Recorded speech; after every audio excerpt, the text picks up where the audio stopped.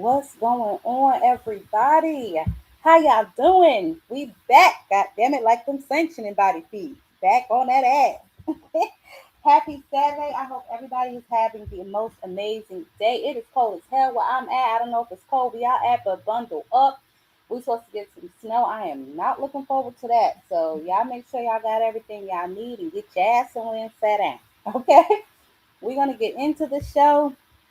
Obviously, we're going to start with some news. It shouldn't be, that many changes from Thursday to today, but I do want to give y'all the winner of last night's card and just remind y'all about some of the upcoming fights that we have. And also tell y'all about a fight that I did not know that was happening tonight until I was somewhere looking for something else and I bumped into it. So we're going to go right ahead and get into the show. Y'all make sure y'all hit that like button on y'all way in the building, honey. It's almost like wiping your feet when you come in my house. Hit the like button. So let me just see what's going on. Hey, Richard Paris. Hey, baby. How you doing, Miss Joanne? What's going on? I hope y'all are warm somewhere, honey, because it was cold over here. I was like, oh my goodness, about to blow me the hell away. But let's see what we got. A little bit of news here. Now, last night, as I showed, I don't know if I told y'all, but Giasov was fighting Palab last night, and he won in a 6 round stopper. So let's go ahead and take a look at that, because he was on that nigga ass, boy. Let me see, did I get that clip? Mother thinks she definitely got that clip. Where is it? Giasov. Yeah, it was like a short right hand or a short left hand, but let me see. I was like, oh, it almost looked it fake. I was like, wait a minute, what happened? I had to go back and rewind it to look at it. So, oh, here we go. Gear self knockout. Yeah, I think he had a 6 round. So obviously, y'all know what that means. He gets to possibly face Moses and Tuma maybe in the latter part of next year in the event that Moses and Tuma gets past Jermaine Franklin early in January, as we discussed on Thursday's show. But let's take a look at this knockout.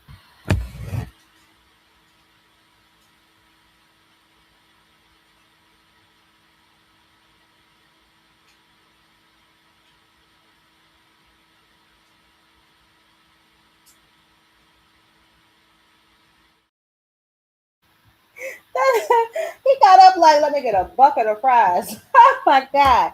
So shout out to him for winning his fight in impressive fashion.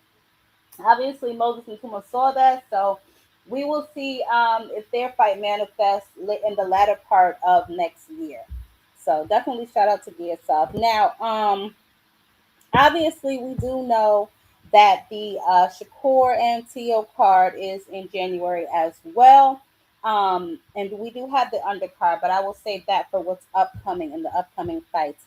Tonight, as we spoke about Thursday, we have Diego Pacheco. He will be facing Sajoyo. I don't know how to pronounce that man's name, and I do apologize. Sajeho or Sajaho. Obviously, you guys can watch that on the zone. If I'm not mistaken, the card has started already. I believe it started at 5. I believe the main card starts around 8, or it may have already started the main card. I know Sky kicks off about, I believe, the main card. So Sky Nicholson versus Luna Avila, Ernesto Mercado versus Antonio Moran, and then Gabriel Flores and Joe Cordina are also on that card.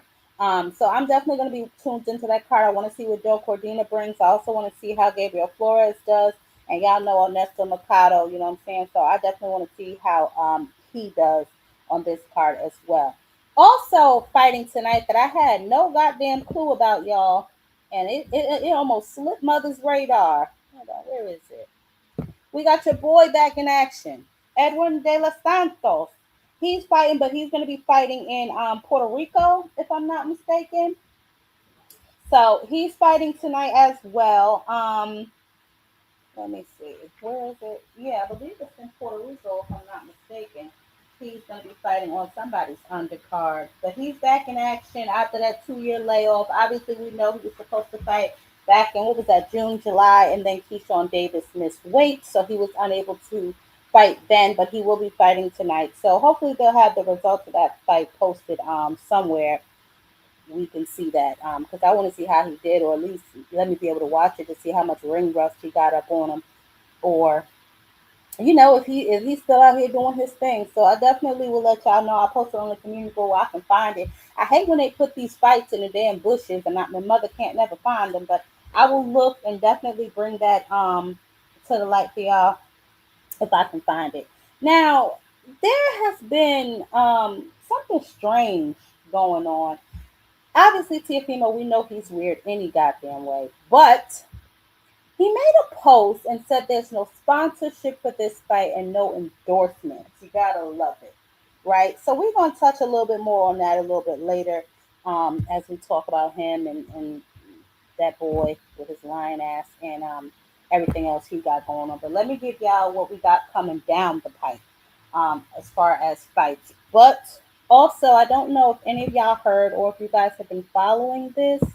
Um, is this it? No, I believe that's the other one. But from what I understand, um, here, let me just pull it up and then I'll tell y'all about it as I talk about it because it's a little alarming to me, and I know a lot of people aren't really big on I guess the whole business aspect of things, and a lot of you guys love y'all some turkey. We'll eat y'all a turkey club sandwich in a minute, honey. But from what Sean Zattel says, and he reported this, so shout out to him. Dana White, Nick Kong, and Terrence Crawford have took their asses down to the U.S. Nationals trying to purchase the rights to the amateur tournaments. Um, that is not good for boxing. Okay, I don't even know if they're going to be successful in this. I'm going to follow Sean Patel and see if he can kind of maybe shine a little bit more light on this. I don't know how they would even get this done. But collecting all of the amateurs, obviously, that's going to hurt boxing and any future upcoming generations. So I'm definitely going to keep my eye on this, and I will let y'all know moving forward. What shakes from this. I already told y'all they met with Congress, so I guess it's a back and forth ongoing battle. Um, Now, I told y'all Thursday that Deontay Wilder has accepted Usyk's fight. So that's that with that. Who else we got coming up here getting ready to fight? Well, we know tonight's fights, and obviously, I talked about last night's fights. Y'all know on the 14th, we have Alicia Baumgardner on the undercard. She's fighting 3-minute rounds like the men. So shout out to her. We got Carolyn Dubois also on that undercard of Jake and AJ fighting on their undercard also. So that's what we have for that. And then obviously, let me change the damn banner because I'm still talking about that. Obviously, we have the Amanda Serrano. She's also fighting January 3rd. She's fighting 3-minute rounds as well. She'll be going up against Cruz. 3-minute rounds. 10 rounds for 3 minutes each. So that's what she has going in January, and that's going to be January 3rd. And then Alicia is next weekend on the Jake and AJ undercard. Now, as far as this card, the Tia and Shakur, the undercard looks like it's shaping up. You got Richardson Hitchens versus Jermaine Ortiz, Carlos Adames versus Emma Williams, and then we have Bruce Shushu Carrington versus Carlos Castro. Um, that's who's on the card so far. Obviously, if they make changes or somebody drops out, or as they continue to add and build onto the card, I will definitely let y'all know what's going on with that. But for now, that's what we have, and I'm excited to see Shushu back in the ring because he ain't been. Listen, when's the last time Shushu fought? I believe it was the summertime, right? If I'm not mistaken, it's the summertime. Richardson Hitchens looks like he's trying to stay pretty active, coming up with a really good win um, over George Cambosis. So that's pretty good. And then hopefully, we'll see him and maybe Keyshawn in the latter part of next year, hopefully. I do know that there was conversations about them having a fight previously. Unfortunately, they were $500,000 apart. I think Keyshawn wanted 2.5 million and Richardson Hitchens wanted 2 million, so they couldn't make it work. So they were unable to make that fight. So hopefully, once they revisit, hopefully they can get that done. I think that's a really good fight for both of them, a really good name for both of their resumes. Because up until this point, Keyshawn really hasn't had any significant wins, and for whatever reason, Richardson Hitchens refuses to unify. So this will be a really good name on his resume as well. So I'll keep my eye out for that, guys, and see what manifests with that, and I will let y'all know. Let me see who up in here before I start tearing this fool apart, because I'm chomping at the bits to tell y'all how I really feel about Shakur. Hey, Opulent. Hey, Right is Black. What's your parents? Let's go to you, Mr. What, my girl. AJ, what's going on with you? Picasso. Ben's up. Hey, baby, how you doing? Hope you got that Wi-Fi together tonight, honey. Yes, Dragon Assassin, my boy. How you doing? You know what? Richard Paris, I have it here. It's on some type of. I don't want to say. I don't want to be like rude and say like some Spanish channel. You know what? I'm looked at it because I was looking at it and I was like, "Oh snap, he fighting again tonight."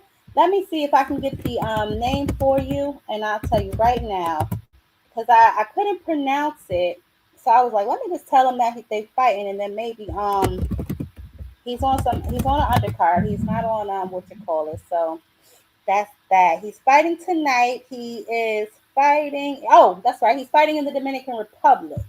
I don't know why the hell I said Puerto Rico. No, he's fighting in the Dominican Republic. It says it's being promoted by Castelio de Boxigo, Carlos de. So, where can you watch this? He's not telling me where. Um, it's not telling me where I can watch it, babe.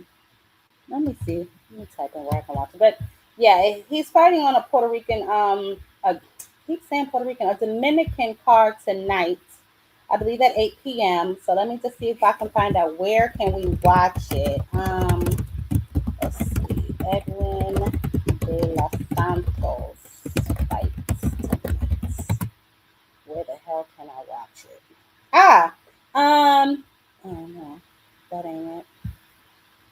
Cause this thing said football TV maybe football. Man, I'm gonna have to get into it. Let me get into the show a little bit more, and I'll try and Google it on my phone, and I'll try and have that for y'all before we get up out of here tonight. But it is in Dominican Republic. It's on a undercard, so I don't even know. I'm pretty sure they should televise it, or at least somebody should record it. You know what I'm saying? Because I'm sure it'll be a part of his record. So I definitely I'll look more into that, guys, and let y'all know for sure. So we definitely yeah, who is that? Somebody can look that up, please, because I would like to watch it myself. I'll try and flip back and forth between the Diego Pacheco card. Yeah, that's what I was thinking. Maybe they don't have, because it didn't list it. It just told me where he was fighting and that he would be frustrating. Y'all don't behave. Y'all don't behave at all in here. Jesus Christ. Yeah, that he wanted 2.5, Darren. That's what he wanted for that particular fight. What's up, Bubs? Where you been at? That's what he wanted to fight. Richard. That's what he want. Yeah, that's what he wanted to fight Richardson Hitchens. So they couldn't make the fight. Obviously, manifest. They will try and circle back. Although I don't know if that fight happens next. I personally would rather Keyshawn try and take some sort of tune-up fight at 140 before he gets in there with Richardson Hitchens, just to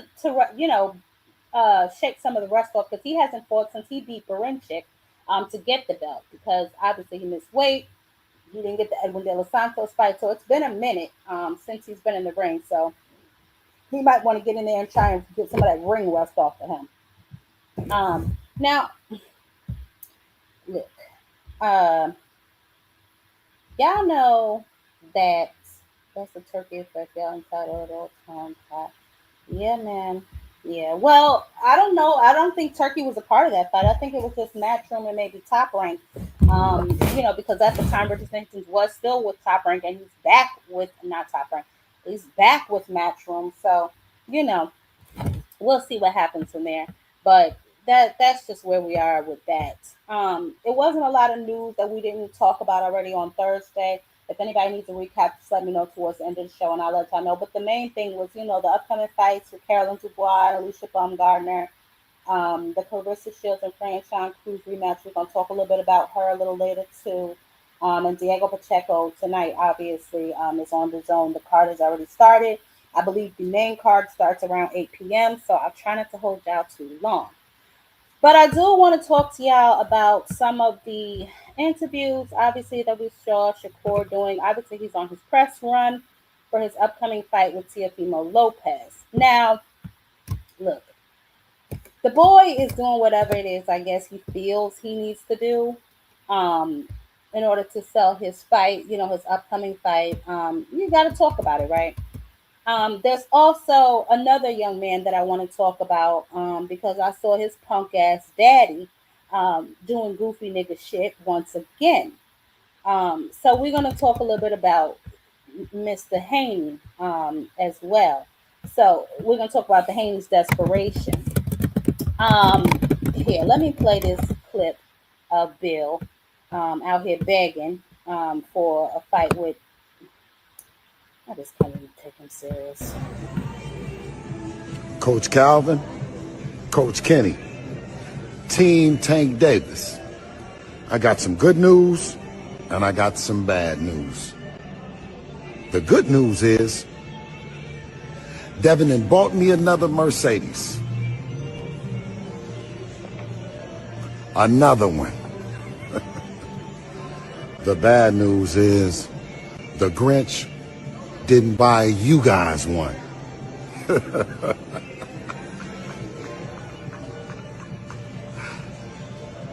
But Debo is looking for him, and he's on the list.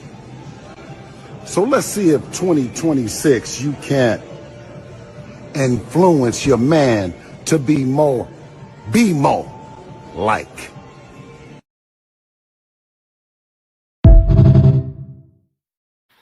Listen, listen. Um, where I don't even know where to begin. I honestly don't even know where to begin. And I know a lot of y'all are gonna say, he's trying to get a fight for his son and all that shit. Right. And it's like I guess it's just I'm looking at things a little differently, right? Like so, for instance, there was a time when the best fought the best. Full stop.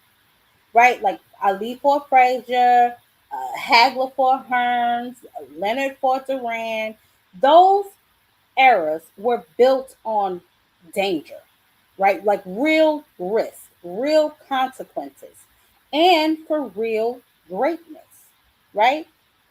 Today things just look a little different to me, right? Like there's still talented champions and guys that I wouldn't argue with if you said they're on the pound for pound, but many of them are operating under a new blueprint, right?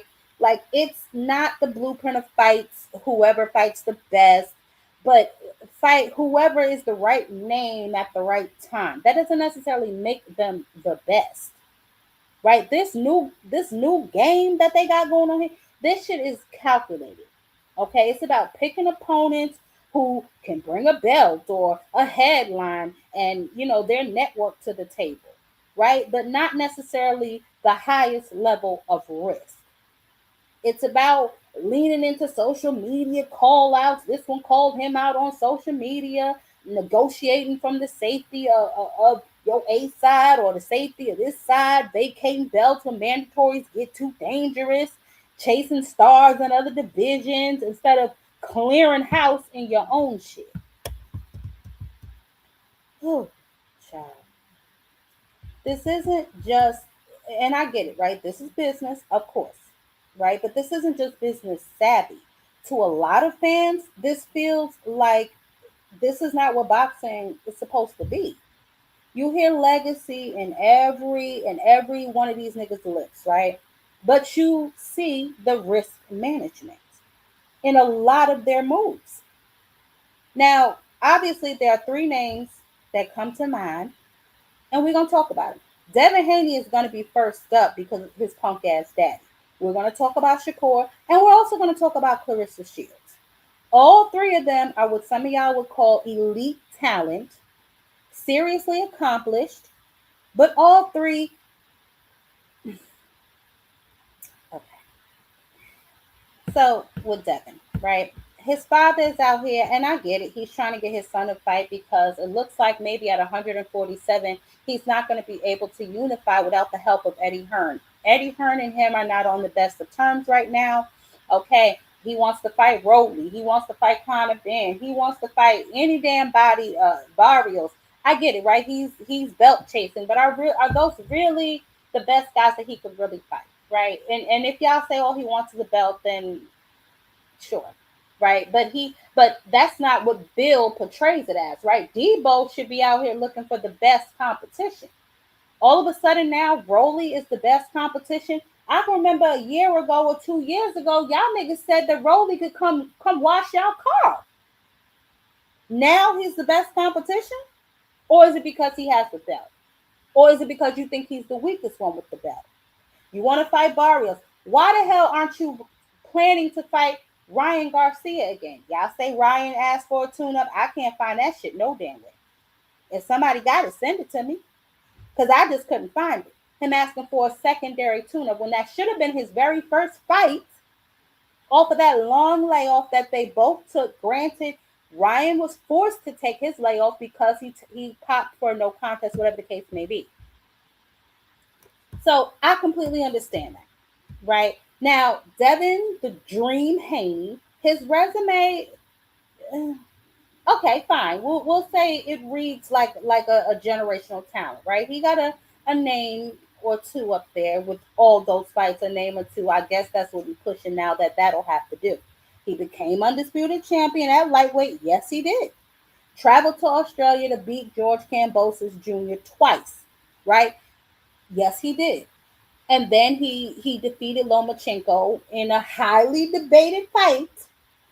On paper, it looks like everything y'all would think a young champion should be, right? But I always tell y'all, look at the fine print, right?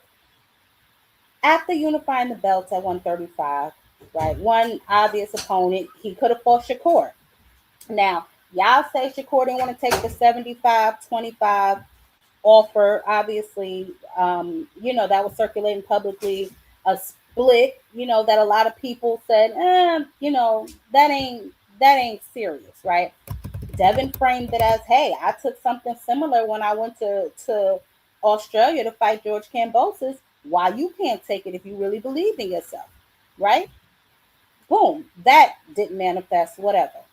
Rather than defending his undisputed throne against another great talent in their prime, he moves up to 140 to fight Regis Prograis.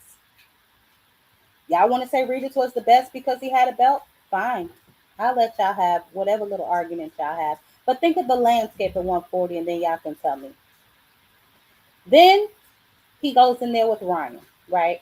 On April 20th, obviously, Ryan beat the eyebrows off his face, gave y'all niggas an out because Ryan popped 30. Fine. If that's what y'all want to say, hold on, let me see. Do y'all want me to play the video of him and Ryan's fight? I can play it if y'all forgot about it. Y'all forgot what happened? I can play it if y'all want. Never mind. I won't play it. I won't play it. Anyway, Haney got dropped 3 times, lost by majority decision. Obviously, Ryan, he missed weight. You know what I'm saying? He came in over 140. So he was ineligible to win, what was it, the WBC belt, I think? As a result, they vacated the belt, whatever. Regardless of the official belt status, right? The image it's clear, right? Supposedly defensively slick, untouchable, whatever. He was badly hurt and beaten. Let's call it what it is. We're not going to blame this solely on Ostarine. One could say it's because he finally went in there with someone his height, his weight, his same dimensions, and things didn't work out as he calculated them to. Right? Now, obviously, in the aftermath, instead of a loud public push for an immediate rematch, right, to erase the doubt, much of his controversy came when he went in there and he petitioned to get his O back, right? Because, I mean, listen, I guess without that O, he's not as marketable as some of y'all may think. That is his marketability. That is his golden goose, right? Now, obviously, they took the loss off his records, right? Fine. At 140, the story just repeats itself basically in a different form at 147. Now, I personally thought that, Ryan Norman Jr. could go in there and handle business, right? Obviously, I was wrong. A lot of other people also thought that because, you know, I'm not the only one who doesn't see Devin as the biggest threat, right? I know a lot of y'all think that he is, I don't know what y'all really think of him, but Me personally, I see them as very selective. I see them as opportunists, right? And I think that whenever they start calling somebody out, it appears that they think that they see something that they can capitalize on. To me, that's not what champions do. I could be wrong. I want to play something for y'all that I really, yeah, he calls out a lot of them. Yeah, we're gonna get into all of that, y'all.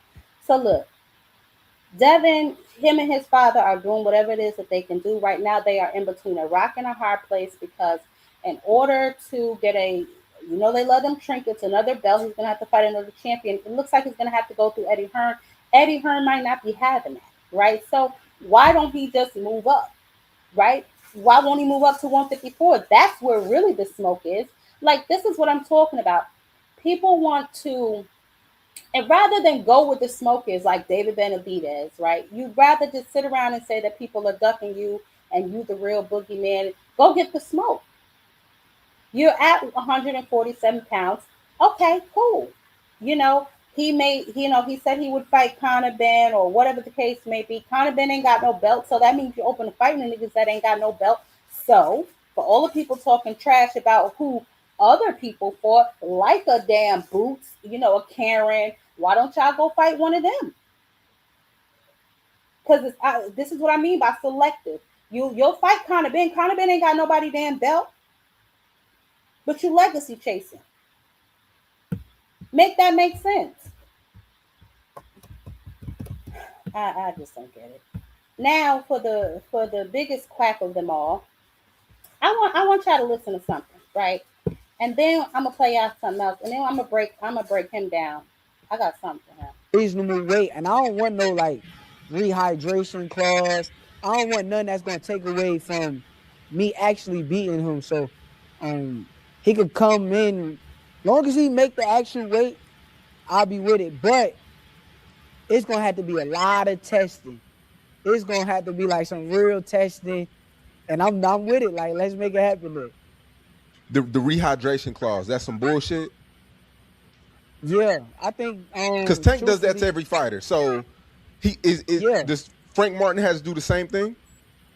I don't know what Frank Martin has to do, but Frank Martin is more so like a 135 pounder, so I don't understand the reason why he would do it. Okay. But nah, that's some bullshit. That's some bullshit. Because if you go watch when Ryan fought Tank, and you watch when Devin fought Tank, and you see Two like the different people. size, Yeah. the how good he's feeling. Like, you could tell he's feeling good on that night. Like the weight and everything. Like, I think that nah, that's some bullshit. That's some like, I need an advantage, and with the advantage, I mean, I'm gonna do what I gotta do and it's gonna be easy to knock out a nigga that's weak. He ain't get to rehydrate properly.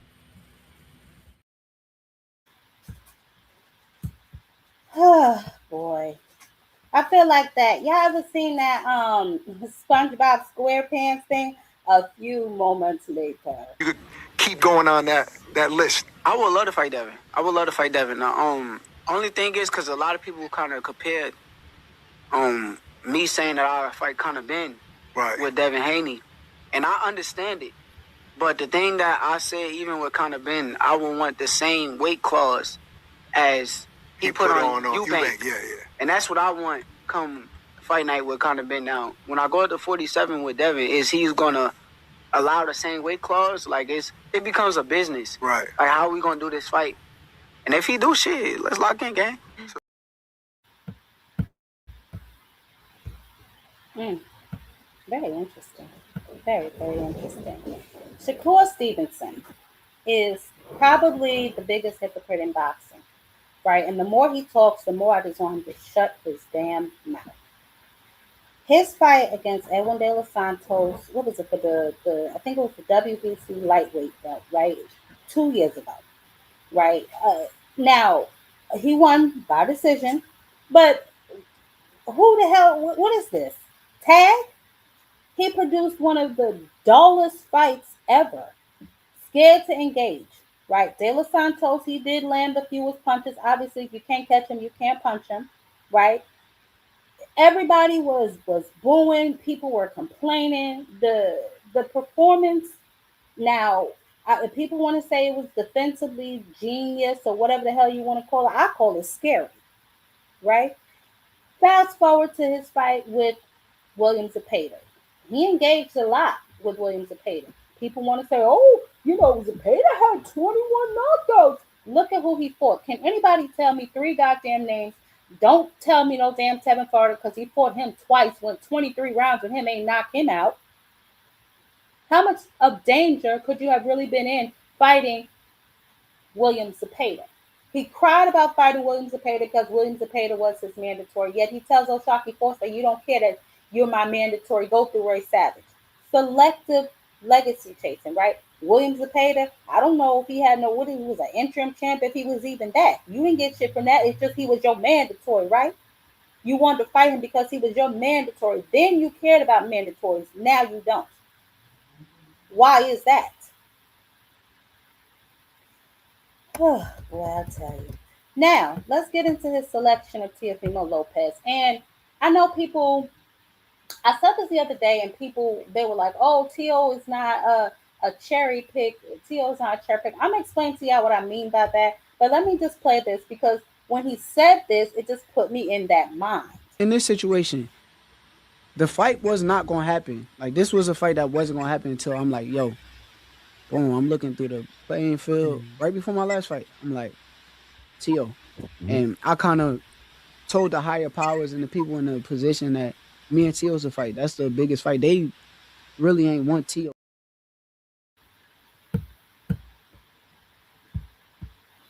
Now, hold on, because I don't think that was the one. I was looking for the one where he said, I was looking around at the landscape, and I say, yeah, give me Teo. That, if that don't sound like, at 140, there's plenty of other smoke, right? I don't know why people think that Teofimo is the boogeyman at 140 because he has a lot of belts. To me, Teofimo ain't really been that nigga since he fought Lomachenko. He's been up and down ever since then, in my personal opinion. Right now, Teo has ducked a lot of smoke. Yes, he has. He ducked Devin Haney two, three, four times. Y'all will get no argument with me there. If I'm not mistaken, he ducked Subriel Matias. Maybe did he fight Sandor Martin? I think he might have fought Sandor Martin. But to say that Teo is the man at 140, that's a bunch of bullshit. If you were really chasing legacy, you could have fought any of them niggas with a belt at 140, but you chose Teofimo Lopez clearly because he is the biggest name. Once again, name chasing. This is not, it has nothing to do with legacy, but just with the rehydration clause, now it's about business.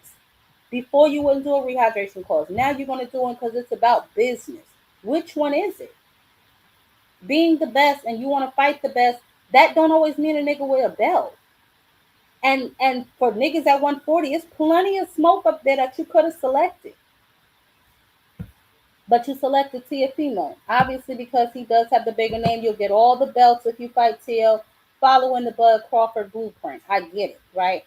You also wanted to fight Ryan Garcia before. Ryan ain't have no damn belt. That's all about a name. That ain't got nothing to do with wanting to fight the damn best. That ain't got nothing to do with no belts. They only say that shit when it goes against something that they want to do. Cherry picking at his damn finest. Now, I'm gonna get to this little no edges having heifer in just a minute. But I want y'all to answer this question for me. If y'all think Shakur Stevenson really wanted to fight the best, right? The absolute best that there is in 140, would he have selected Teo? Because I think Subriel beats Teo. I think Gary Anton Russell got a good chance of beating Teo. And I don't really know who will win between Teo and Richardson Hitchens. But these are the niggas that got belts at 140. Everybody talking about they want to fight the best, but no, you really don't. You want to fight a nigga with a name, a nigga with a belt that you think you can get off on. He's not fooling me. I'm not fooled, and my eyes are wide open. They have been for a very long time. Shakur moves like a grimy nigga. Period. This whole brotherly love shit, taking competition off the board. You don't want to fight Abdullah Mason. He too young. He ain't ready. Nigga says who? Who put you in this position? What who on your resume say that To me, Abdullah cooks half of his resume now. Damn, a year or two from now. O'Shaquie Foster cooks half, if not all, of his resume. Y'all can say people have been ducking and dodging him all y'all want to, but I don't see it that way. Niggas want to be in entertaining fights. Niggas want to make the most out of their fights if they get in the ring with a nigga that they perceive to be dangerous, right? Calling out Ryan, you want to fight Ryan at this weight, you want to fight Ryan at that way, whatever. The bottom line is your ass ain't about to fight no damn Ryan Garcia. Who are you kidding? But you'll call Ryan trash, you'll call Roly trash, but your ass won't fight him unless the money is right. So which one is it? Around him, a bunch of dangerous possibilities exist. Punchers, pressure fighters, other champions. Now, people may say, oh, when it's time to choose his next move, he'll do it. He'll pick somebody more dangerous. When the hell we ever seen him pick a dangerous fight? Let's be honest. Teofimo been falling off these last couple years. I don't even know if that power carried to 140.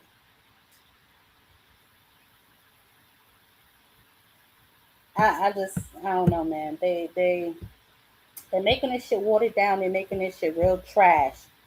I'm tired of them lying in my face, acting like they want to fight the damn best, meanwhile making the most strategic moves possible and then cloaking it in legacy fights. This ain't no goddamn legacy fight. Why? Because Tio has a bunch of belts. Like I said, I can name two or three other niggas at 140 that cook Tio, bro. If you really wanted smoke. And then you'll go to 147 for Conor Ben. You'll go up there for Conor Ben. You'll go up there for Devin if you slap a rehydration clause on him. Then stay your ass where you at. Who is you to go to somebody else's weight class telling them what the hell they gonna do? You not no draw. Hell, you and Devin alone couldn't sell out my backyard. Man, whatever. Now, as I previously said, we got this hooker.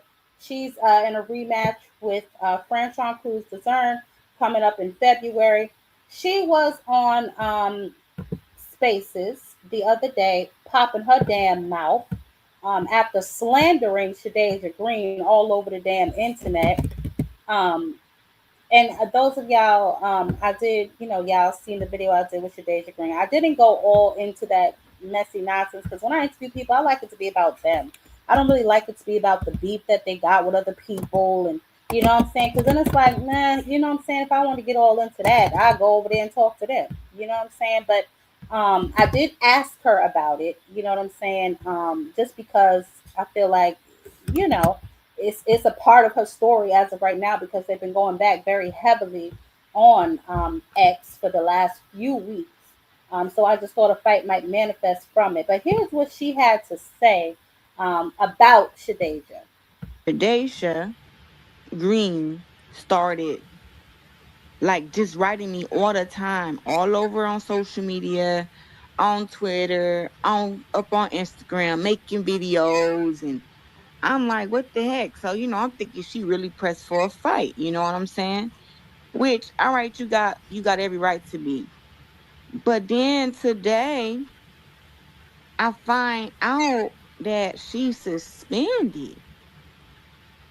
So it's like now I got to check you because now you have proven to be nothing but a clout chaser. Right. But how you gonna fight and you suspended? And they say you suspended for nose. No, you say you suspended for nose, ears, nose, and throat. So you telling me that your eardrum is busted supposedly and your nose supposedly got broke and maybe something is going on with your neck because of the fight with you and Savannah, but you've been pushing and screaming for a fight with me. You were suspended. You injured. So I'm trying to figure out on my face too, just in case. But I'm like, why you doing all that if you want to fight, but you can't fight? It's clout because you was never even I would have had the team send out some to make a fight with me and you. You're suspended, ma'am. So now I know it's all for clout. Now let's talk about how after my fight with Savannah, my nose, my ear, or my throat wasn't busted. The girl can punch. He hit me, I think, round 7 or 8, and I couldn't see on my eye that round, but my eyesight came back, and I continued to kick her ass. People was up there celebrating when they said I popped dirty for weed, and I had to come out and prove what I dropped for. So usually, when you're suspended, you can be suspended for injury, but you can also be suspended for drugs. And I'm not saying that that's what she's suspended for. I'm just saying that we the people need proof.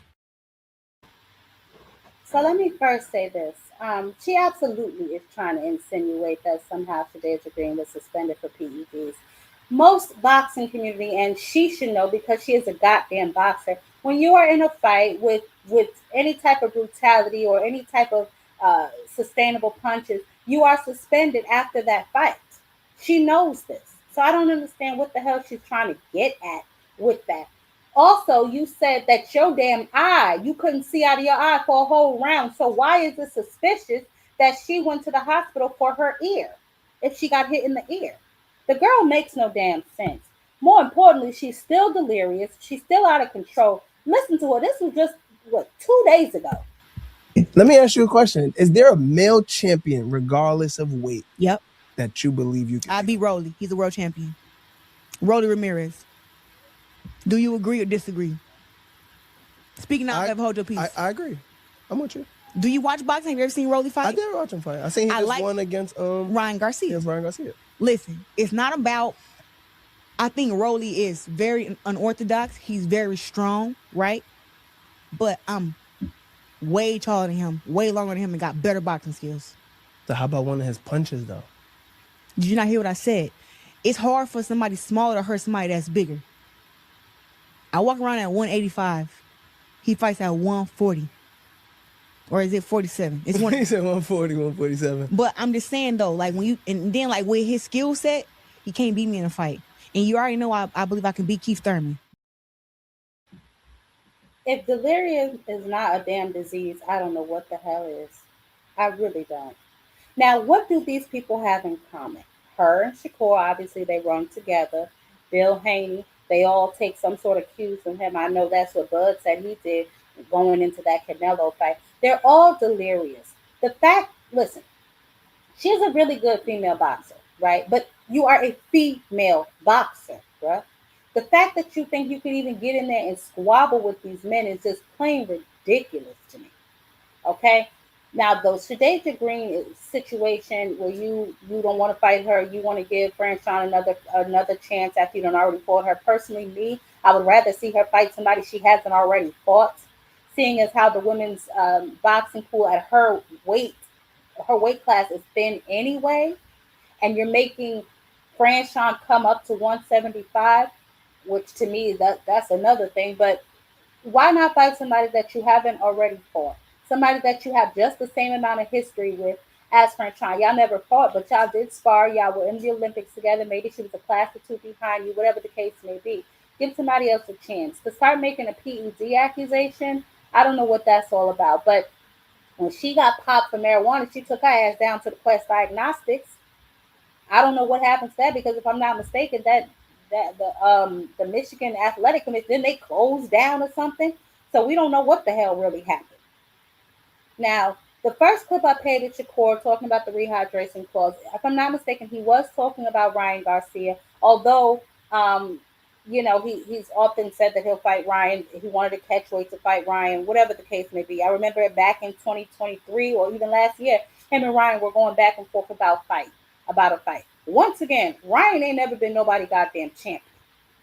So you can't tell me you want a legacy chase, but you'll fight Ryan and you'll fight Conor Ben. Neither one of them niggas got no belt. You have to make the shit make sense. This is why I said earlier, whenever he talks, I just want him to shut the hell up.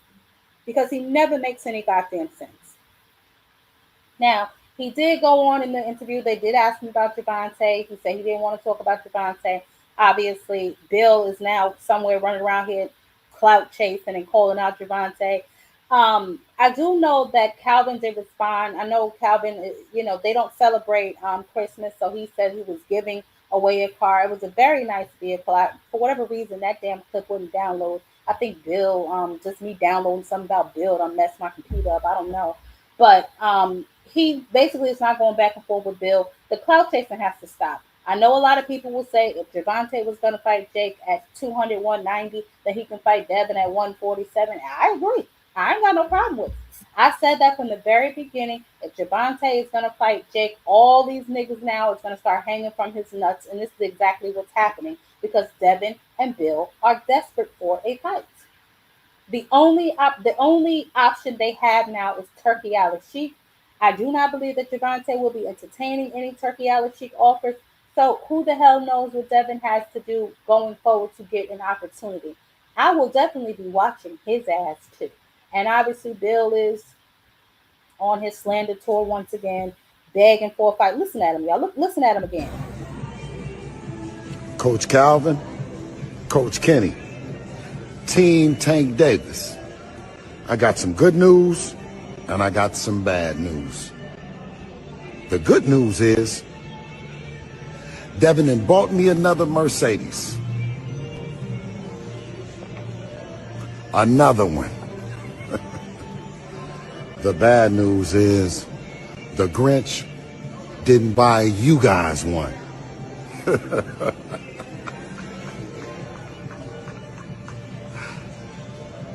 But Debo is looking for him, and he's on the list. So let's see if 2026 you can't influence your man to be more like.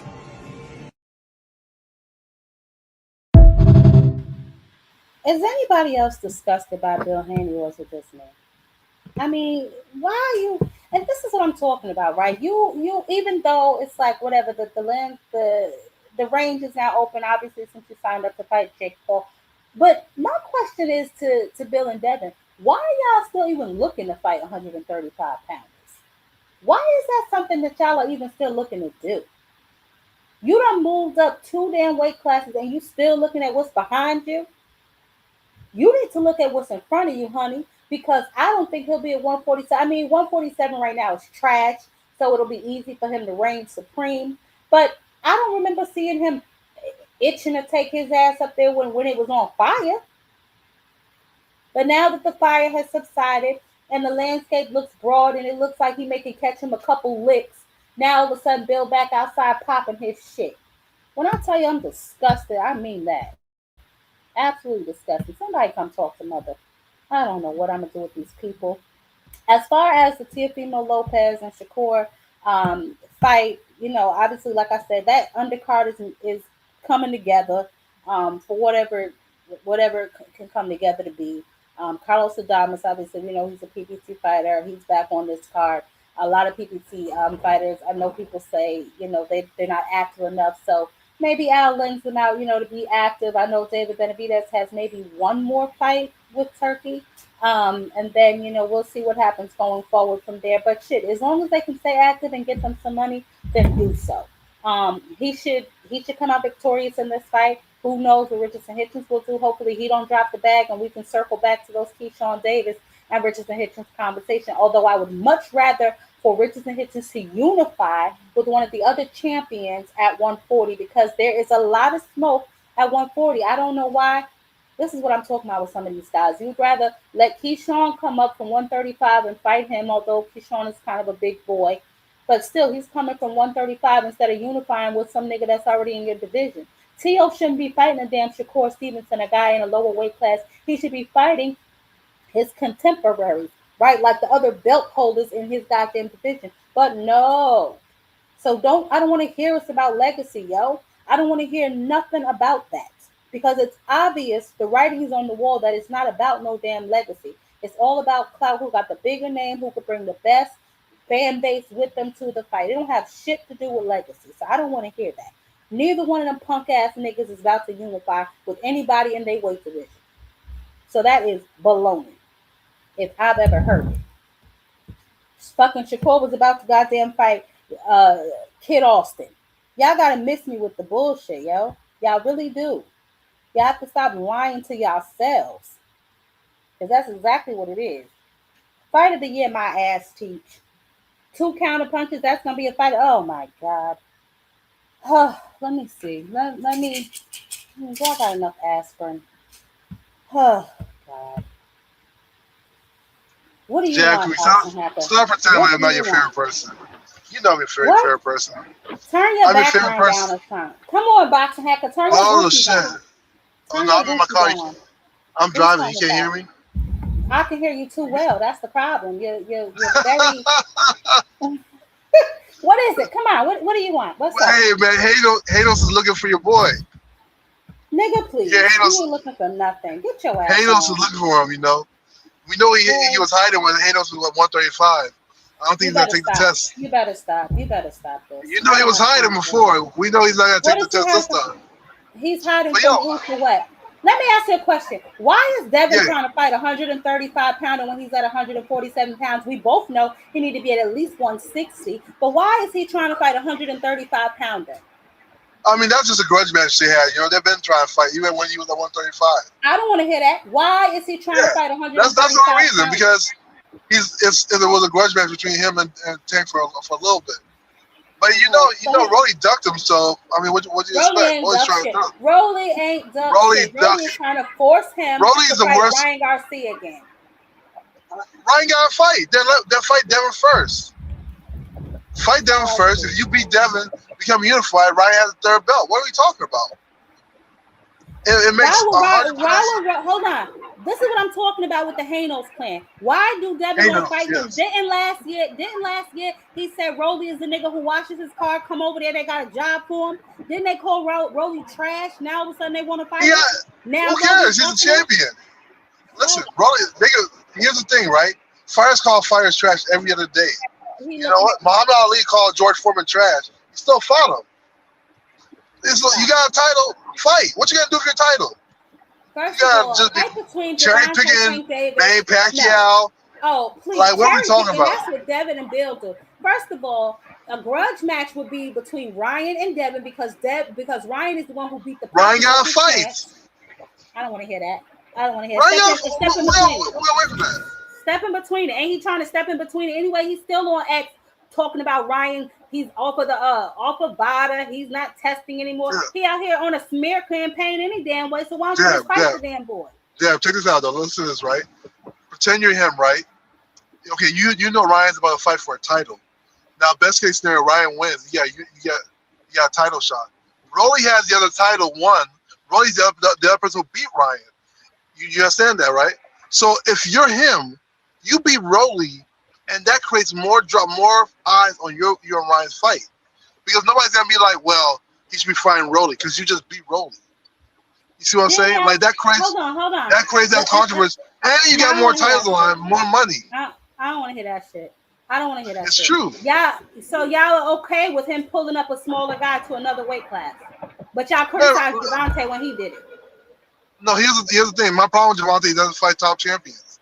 I don't care. Devontae can fight wherever he wants. He can fight every.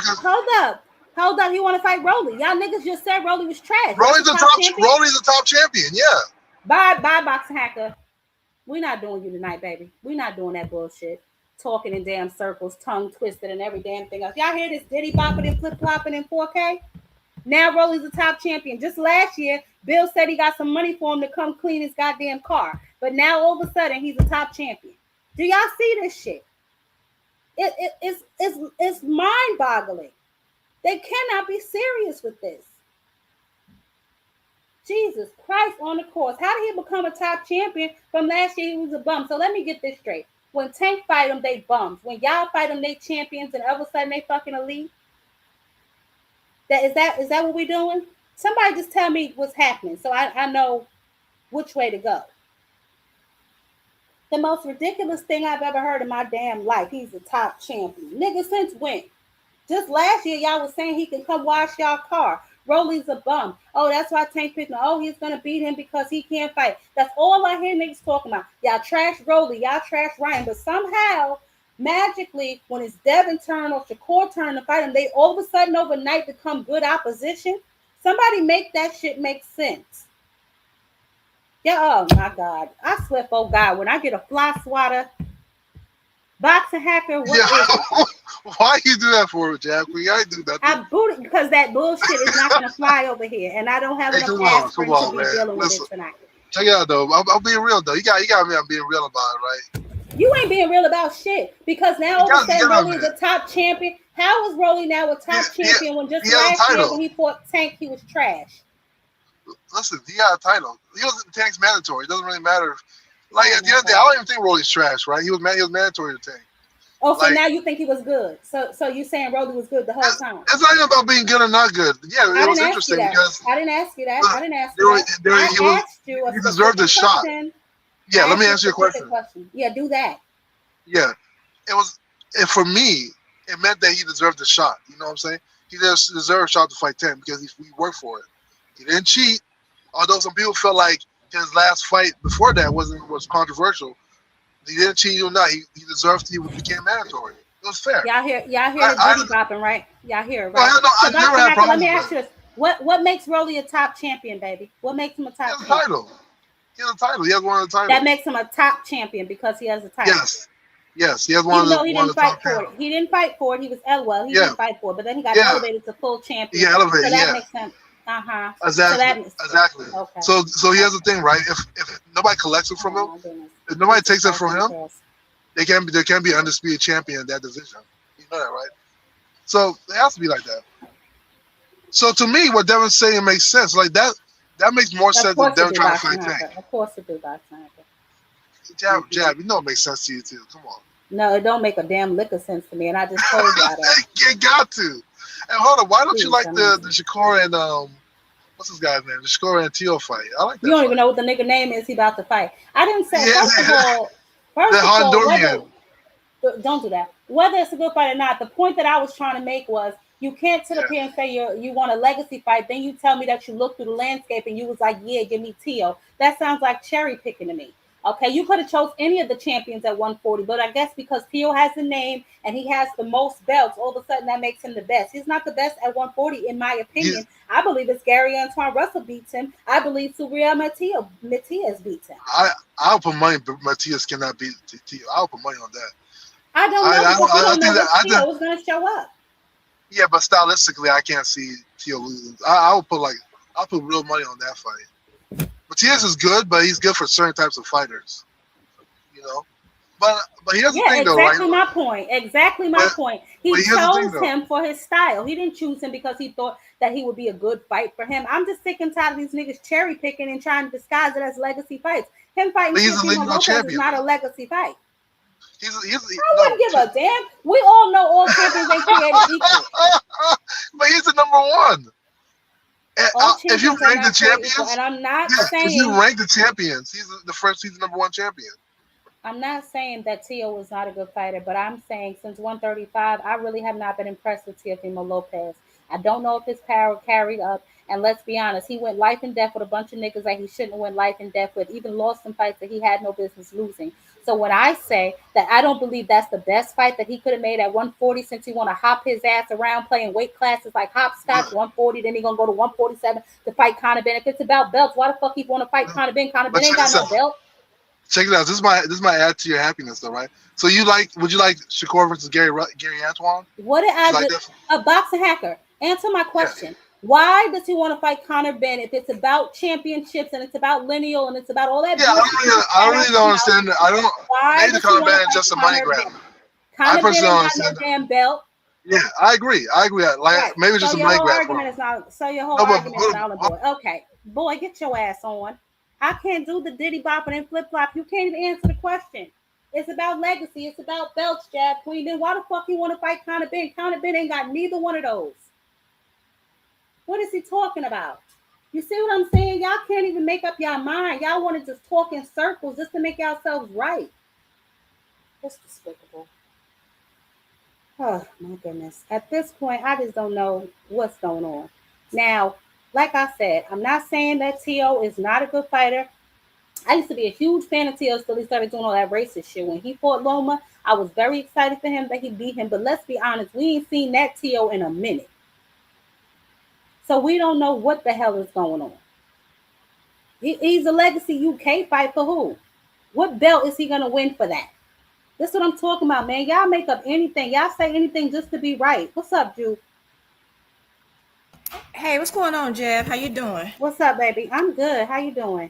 I'm doing good. Girl, I'm just watching this boxing match. I think this is what is this? Is Diego fighting now? Is Pacheco? No, not yet. No, not yet. I'm trying to check that out while doing some online shopping. That's it. I'm listening to you cook, Hacker, because you are so funny. Because I hear what you're saying about the I hear what you're saying about the Shakur and T.O. fight. I do like the fight. It's two names. Do I love it as much as I would have? I would have preferred T.O. to unify at 135 or just fight other. I'm sorry, at 140. I would have preferred to see T.O. fight someone else at 140 as a unification, or like someone a top guy at 140. And the same thing with Shakur. I would have preferred it. I actually wanted, I don't know what's going on with Tank right now, so if not, fine. I wanted either one of them to fight the winner. Well, now we know the winner is Abdullah. I'm fine with that, or even the winner of what will be Cruz and Muratalla. Muratalla. That's what I want to see. I'm saying, I'm kind of like you when it comes to that. I would prefer it. However, I give kudos to Shakur for at least trying to make it create his own lane, right? I'll give him kudos for that. I would have much preferred Teal versus Keyshawn, though. I think that'd have been a little bit more exciting stylistically, and also because the little beef they had, I think the end of last year. When you say create his own lane, what you mean? Meaning, so I think that the problem that some previous fighters have had, especially people who are coming from 135, 130, is that people have not been able to carve their own lane, and their whole entire everything about them, all the talk around them is connected to Tank Davis, right? The star of the show, right? As much as I love Tank, which I do, everybody know, I think Tank is amazing fighter. But I think the problem with some of the guys who are the B-sides to Tank Davis is that they never carved out their own lanes, and they never kind of created their own fan base and their own, did their own thing. And that is why that's why no one has been a really strong B-side to him, except for maybe Ryan Garcia, but that's kind of a little different thing, right? Like if you look back in the day, look at the Floyds, right? Floyd had the Mannys. Manny, even though Manny did stay kind of was connected to Floyd, Manny kind of carved out his own lane. Shane had his own lane. You see what I'm saying? Canelo they did. Yes, they did. Yeah, Benavidez is doing. Benavidez absolutely wanted the Canelo fight, but he didn't just sit there waiting around. Canelo make his whole career about Canelo, and I think that's kind of what happened with Devin. That's why they're trying to talk about him again now. You stayed with that for too long. You connected yourself for too long. Now everything you do is connected and surrounding him, and that's how you got yourself into the Ryan mess. If you ask me, because you kind of hard time yourself to this one name, and without that one name, you become less relevant. And so and I think that's how you get these big fights. It's because Triple G had his own lane, right? So that's why Canelo and Triple G were able to come together and make this big fight, and these guys don't realize that. And then they started carving out too late. So that's what I mean by I wanted Shakur to kind of. I still want that Shakur versus Tank fight. Don't get me wrong. I want that all day, but you can't just be solely. You can't base your entire career off one fight.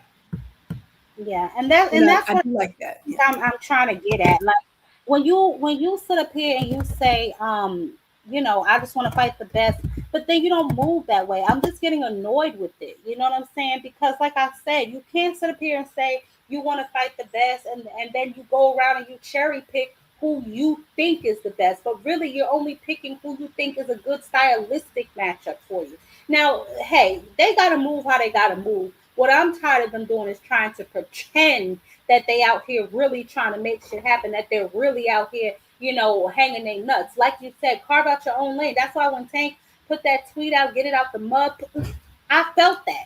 Because I'm like, yo, all they do is call his name out. And really they're not making their own moves. Their whole stardom depends on whether or not he'll drop crumbs in their mouth.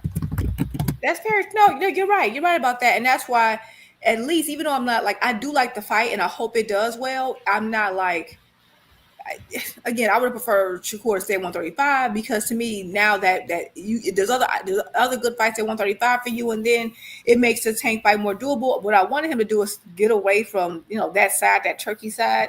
But fine, he didn't. Whatever. But I get what you're saying. People are and that you are able to pick certain stylistic matchups that favor you when you move around that way. That's why I feel like I do like when people move up and, as they say, challenge themselves. But staying in a division and fighting almost every style in that division, to me, is just as, if not more, challenging, because you're not just going by styles. I look at the fighters who have I seen fight almost every style, had like the most variety and style, like stylistically. Like, I fought this style, I fought pressure fighters, I fought guys who are bigger than me, I fight guys who are smaller than me. To me, that's how you really know greatness, and that's what we used to see in more the golden era of boxing, because you couldn't just bounce, or people weren't just bouncing around.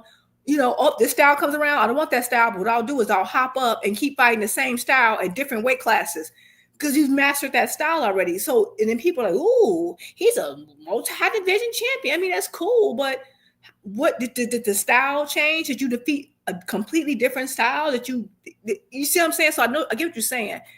And that's why, to me, like, Marvin Hagler was so great, because people are like, oh, he only fought in one division. Yeah, but he fought everybody. Wasn't no moving around, oh, this style too complicated, so I'm not going to fight this style. No, he fought whatever popped up, he went through it. Win, lose, or draw, and I respect that. Yeah, that's what I mentioned earlier. The Marvin Haglers, all of them fought each other. You know what I'm saying? They weren't running around here just jumping this one, jumping that one. I mean, a couple of them obviously fluctuated in their weight classes, but for the majority of the time, they were fighting one another. You know what I'm saying? And this doesn't exclude anybody, but I'm talking specifically now about Shakur and about Devin, because obviously Bill put out that dumbass little clip or whatever, and then obviously Shakur was on the Breakfast Club. It's just saying things that just started to irritate my spirit. You know what I'm saying? You looking through the landscape, and he was like, give me Teal. That's such cherry picking to me.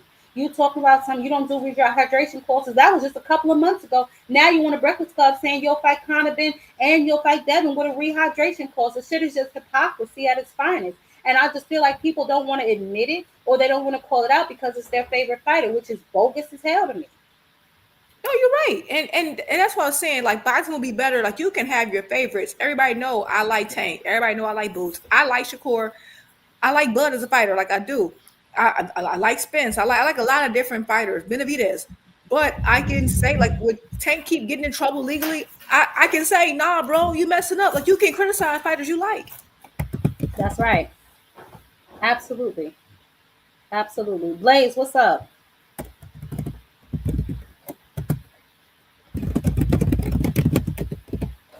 Blaze.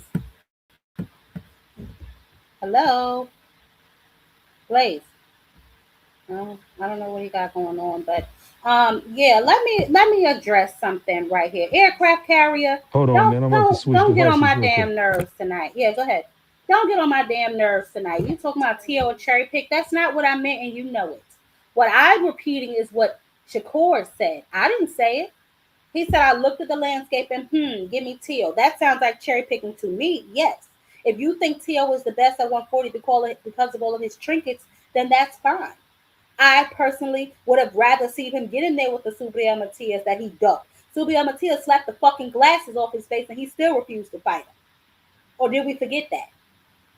He didn't want to fight Richardson Hitchens because they're under the same management. Cool, whatever. You didn't want to fight Gary Anton Russell because you know him. Everybody got a damn excuse why they can't fight somebody except somebody that they think they can beat. That is my whole point. If it went over your head, I'm sorry. Anyway, yeah, Jude. No, I definitely understand that. And you know what? I fully expect Shakur to come out on top of this fight, as I did in any other fight that he's been in, to be completely honest with you. But there was a clip of Keyshawn telling Shakur, you know, T.O. can really fight. So that to me signaled that he also thinks that Shakur has been selective with his opponents as of late, or probably throughout his whole career. Who the hell knows? But I just found that to be a weird comment. Also, in the midst of you getting ready to go on this whole promo run. So, you know, it is what it is. No, I feel what you're saying. Okay, when it comes, I can't say that, like, which I know you're not directly saying that. Like, I think Shakur versus Tio is a good fight. Is it the number one fight that I wanted right now? No, but I want everyone to mix it up at some point eventually. So cool, I'll take it. You know what I'm saying? But it's a good fight. Hopefully it will do well. Hopefully, that'll. I don't see. Also, I'm wondering, are you gonna come back to 135? Because I don't know. I know that I want that Tank That's versus. another thing. That's Yeah, I another want him thing. to Is come he back gonna to stay? 135. That's my concern. If you're gonna stay at 140 and shake it up with them, I ain't got no problem with that. But you talking about you a little nigga, you going back down to 135, which is weird to me because what is that picture that I seen that he posted on his IG of him flexing? That nigga don't look little to me. No, He he's look not like a small. And me stocky and nigga. last night, me, Tucson, and Key were talking about that, and I was like so disappointed because apparently he said he was 175 or something. I don't know how true. Like that's what Nah, they were saying. he said he was playing. He's 148, but still, Okay. he looked big as shit. No, he's not small. He's not small. He's bigger than T.O. He's definitely bigger than T.O. And I am starting to look kind of sideways. I will admit, like, come on now. But also, but the main problem I have with the only really problem I have with Shakur moving up, besides I wanted him to have that fight with Tank, and I don't know if Tank is about to move up eventually or whatever. The main issue is the fact that brotherhood stuff. Like, if you are gonna have this brotherhood with Keyshawn, which is fine, be in different weight classes. And now the fact that you just moved up to 135, 140. What I was fine with it. Y'all, it was no problem as long as you're different weight classes. You finally say, I'm a little guy. I'm gonna be at 135 comfortably. I'm like, good. They separated. They got their own lanes.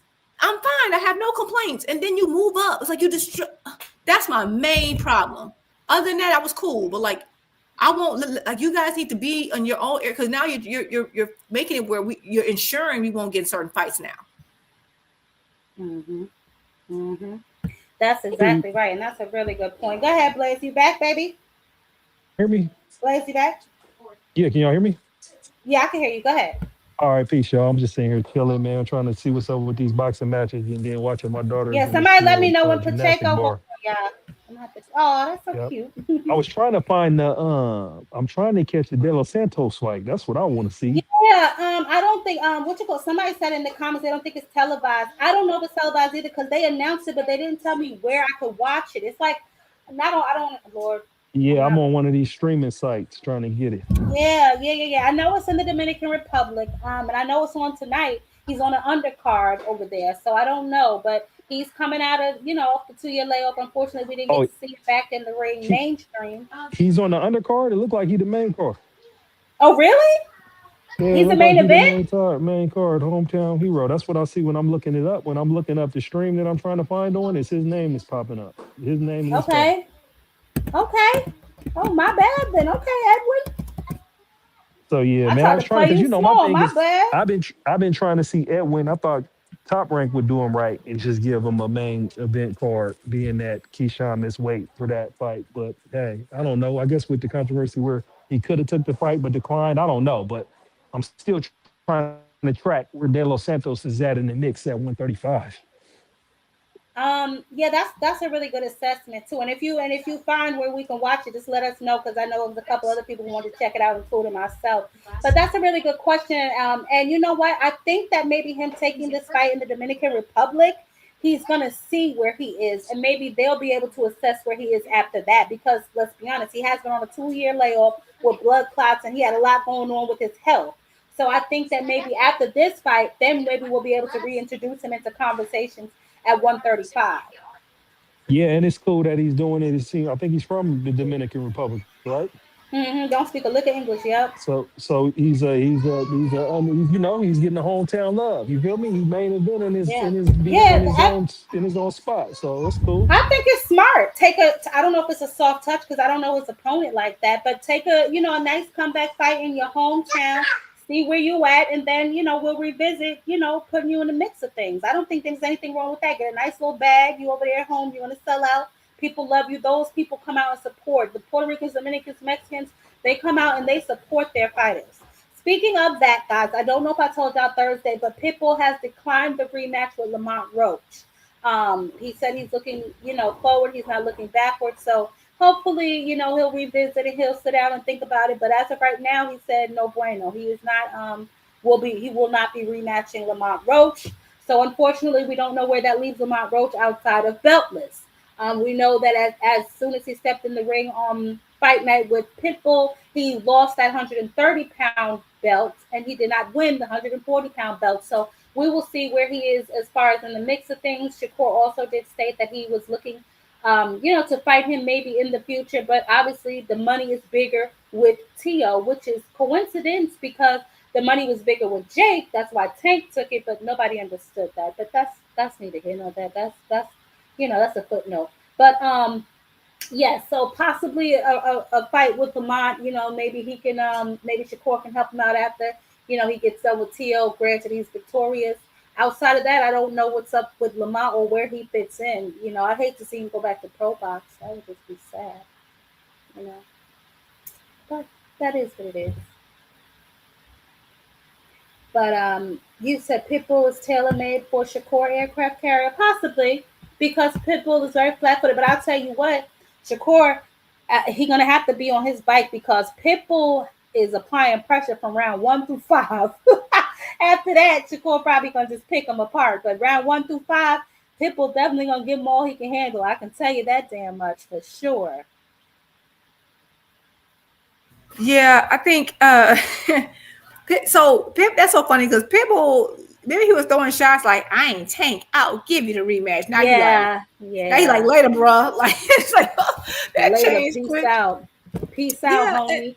Well, they're yeah, saying because Tank said that he was gonna rematch him once he get his kneecap together or knees together, some nonsense. and you know what? Now But I'm he, thinking about it.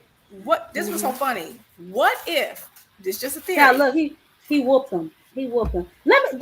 I go ahead, keep on talking. I just wanted to play this I was again gonna because we're say, talking what about if? Okay, so right, because he was like, yeah, I'll rematch you, and I think he'll actually do well again. I think the fight will do well because it was a good fight.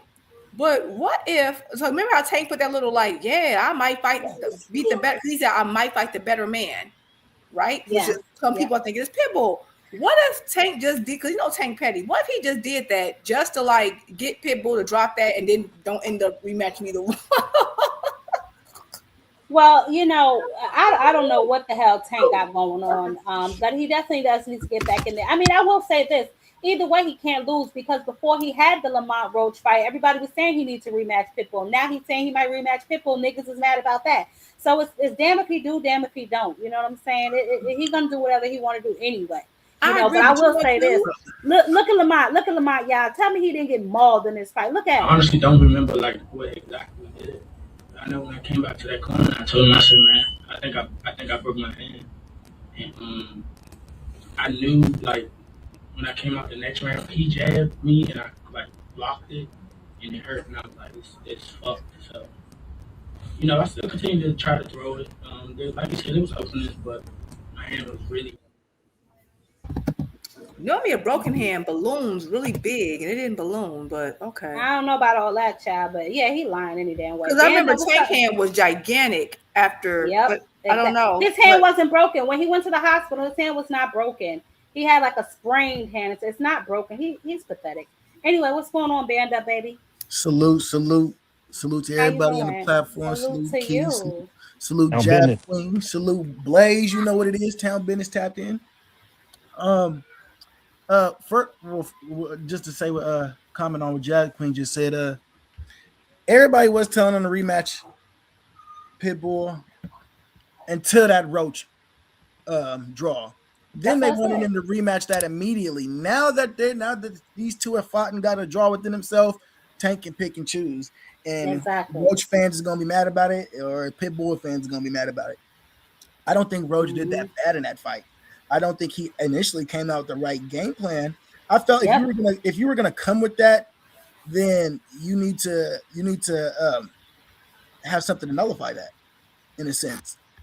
And I feel watching that fight, I don't know if it's just, I don't know what it is with me. I just feel like I seen a lot of punches that Roach could have took that he didn't take. And there's a lot of misses that you got to think. Pitbull wasn't just missing; he was missing bad with some of those shots. He was missing wide with some of those shots. And if you look, if I'm not mistaken, I just seen it. Even when he connected with Roach on that punch, and had him go back to the back of the ropes, his right arm was down. So easily to say, if Roach didn't get hit with that, he could honestly come back up, hit him with that left. You know what I'm saying? There's a lot of openings for Pitbull. He's not. Yeah, band He, up. he got But a whole bunch. He got some offense to him. He got some dogs to him. He got some hands behind him. He definitely got some power. But I feel like even his power faded in the fight. I feel like Pitbull, even when he was connecting with Roach, it wasn't as hard as it was throughout the first four. You know I what Well, I feel mean? that's like So I feel because he like I feel like gasses. Lamont. I Hold feel, on, Blaze. go ahead. That's Yep, because go he ahead. gasses. He gasses at the round 5. You know what I'm saying? That's what I said. I said if he can last, if Lamont can last, Pitbull gasses at the round 5. So that was like, you know what I'm saying? But rounds 1 through 5, he was putting head, shoulders, knees, and toes on that ass. And, Lamont was and getting mauled in there. He fought the wrong fight. Let's be honest. and he fought the wrong fight. Yeah, I agree, Jab. And I think his ego got in the way of his IQ because in the first round and even before he Absolutely. got it exchanged, he had the right hand up. He had it up. But his Yep. ego allowed him to go high guard and stand in the box with a fresh pit bull in the second round. Like that was not smart. He did not have to do that. He could have been boxing Matador like he was doing that Pitbull was forcing him to do because Pitbull was rushing him. And like you said, if he would have did the high guard in the 5th round, 6th round, then he might have been able to eat that left hook. He wouldn't. He can't eat a fresh left from Pitbull like that. Like so, it's on Nope. him. And I give it up to Lamont because he fought like hell to fight from behind. He was the dog, but the draw was fair. And so for me, it Yeah, I would be think like, so. hey, I would want the rematch between him and Pitbull. Pitbull talked at the press conference like he wanted, but if Tank offers him the rematch, then it's like he gotta take that fight because it's the money fight. You feel me? I still want to see Lamont Mhm. fight Tank. But I Yep. can understand, you feel me? You know how I play out because Lamont didn't handle his business and he could have Yeah. handled his business. And it's like people can say it was a close fight, people can say he got robbed or whatever. I He still didn't get think when robbed. you allow somebody to get dropped, yeah, I don't think he got robbed either. The fight No, was he didn't get super robbed. If close. anything, The fight yeah, was super I agree. close. Like you said, and then we can go talk about the point being taken, and the point was legitimately taken, That but I phantom disagree with the point. ref That taking phantom point. because there was a bunch of stuff going on in the fight. You feel me? There could have been With some other area. There should have been some other times where some points was taken. So with the Oh, ref's definitely could have been discretion, some other you feel times. me? With the ref's discretion, I'm gonna respect what it is because it didn't necessarily that point taken didn't necessarily like swing the whole fight. You feel me? Like, if the point ain't taken, though, it's one of those situations to where Pitbull win. And I then you feel me, it is what mean, it is. So, No, that's my take I on it. agree. I so I agree. feel like Cam, only way it would have hold on. Go ahead, band up. And then we're gonna move it around that's because the only Cam and way I Debo on think the it would have panel. been a robbery if Lamont had got that drop back, and he didn't. Yeah. Yep. Exactly. He didn't band up. That's the thing. He fucked up. Because he And it's couldn't, he like didn't have to get hit. It was crazy. it was He was smart. His hand was up to his face. But in that exchange, when he did the high guard and got it, he got caught. He got caught in an exchange because he was keeping his right hand up. He was keeping it up to his face. But he got caught in that I exchange think I early think and he he I, had I to think he fight told back. himself. I think he told himself, man, I was able to take some of Tank's best punches. I know I could take this little guy. yep. Nope. Both of them Yeah, got in yeah. there. Both of them got in there trying to outdo Javante. Let's call it what it is. I'm telling Cam, you what's that going on? that outdoing Tank thing has been the demise of many But a fighter. They need to do their own but thing, and you are not him. But think about it, y'all. Can y'all blame them? Because it's like, look, they trying to get back to it. So both of them guys They rushed in competing for that his fight. Like, love. listen, we trying to make a name for ourselves. So that's one thing I could give it up to both of them because Pitbull came like he came. He came hot and heavy. You feel me? And Lamont was trying to mix it all up in these rounds. Like he was boxing in the first round, he was boxing in the second, but at that particular moment, he literally chose to go high guard and stand right in the Mm. box with Pitbull, and he did I not think Hold have on, to because do that. hold on. Aircraft said didn't close versus Lamont versus Jamel Herring. mm. And I also could say with that, I feel like Pitbull. I feel like the way he carried himself in this fight was normally him per se, but I felt like he knew what. I feel like there was nothing added. Like we didn't see a different style from Pitbull. It's kind of the same style, Yeah, right? no, he's And one I feel like dimensional. Lamont thought he could learn on the fly. Nah, bro, you got to go back to that. You got to go back to that corner and figure it out. You're not going to learn on the fly in the ring as fast as you think you are. Because if you did, there's so many. Man, I promise you, I can go back in the fight and probably find at least 30 punches where he could have threw and he chose not to, and it was pissing me off. Because I'm thinking, I forgot whose platform I was on that night, but I was typing in the I think it was 2 cents or something like that. I was typing in the platform, I'm like, okay, Lamont's loading up. Lamont's figuring it out, because there was a lot of blatant misses, and he never fucking did it. I was like, bro, are you kidding me? You know why? You know why he didn't do it? Because he was too worried about what was coming back at him. He felt Pitbull's power from that knockdown. He was too worried about getting caught with one of them looping ass overhands. And Pitbull, you can't. There ain't no teacher for that style, bro. You if you a boxer, you gotta box. That's the only way you want to beat him, is box him and keep that stick, keep the jab in his face. If you're not doing that, jabbing him and turning him, it's a wrap. Because he just gonna bull rush you. He gonna blitz you. That's simple. It's that simple. Exactly. Ryan gave you the blueprint. You just gotta box. Exactly. Don't do that extra shit. But that's, like I said, Lamont's ego, man. Because Lamont can set the fighters. And like I said, Lamont could have got away with that high guard in the box in the 5th or 6th round, not in the 2nd with a fresh pit bull, and he's swinging for the fences trying to catch you. That's why I'd be like, it's a game plan thing. It's just like what I feel like with Devin and Ryan. It's a game plan. How you come in, like you don't fight your fight. You feel me? And you get taxed for it at the highest level. And this is one of them things where it'd be like, hey, when he watches the tape, he has to go and realize it. Because the crazy part about it is Lamont was mixing it up. He mixed it up all throughout the fight, but he mixed up boxing and brawling in them early rounds, and he shouldn't have did that. You know what? I think Gary. All right, hold on. We're gonna get on Cam, because I'm about to switch up. I want to know what y'all think about Clarissa. Oh, what is that? Cam, what's up? Yo, what's good, kid? What's up? Huh. What's up? Tell me what's the basis of everything that we talking about, because I've had to drift off for a second. Oh, well, I was going over, I cooked Shakur and I cooked Devin, and then I was talking about Clarissa Shields, and I'm glad you're up here because I wanted to play this again, and I want to get everybody's take on this. The girl's out of control. Listen at her. Let me ask you a question. Is there a male champion, regardless of weight? Yep. That you believe you can? I beat Rolly. He's a world champion. Rolly Ramirez. Do you agree or disagree? Speaking out, never hold your peace. I agree. I'm with you. Do you watch boxing? Have you ever seen Rolly fight? I did watch him fight. I seen he just won against Ryan Garcia. Yes, Ryan Garcia. Listen, it's not about. I think Rolly is very unorthodox. He's very strong, right?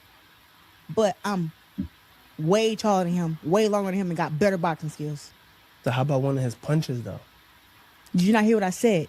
It's hard for somebody smaller to hurt somebody that's bigger. I walk around at 185. He fights at 140.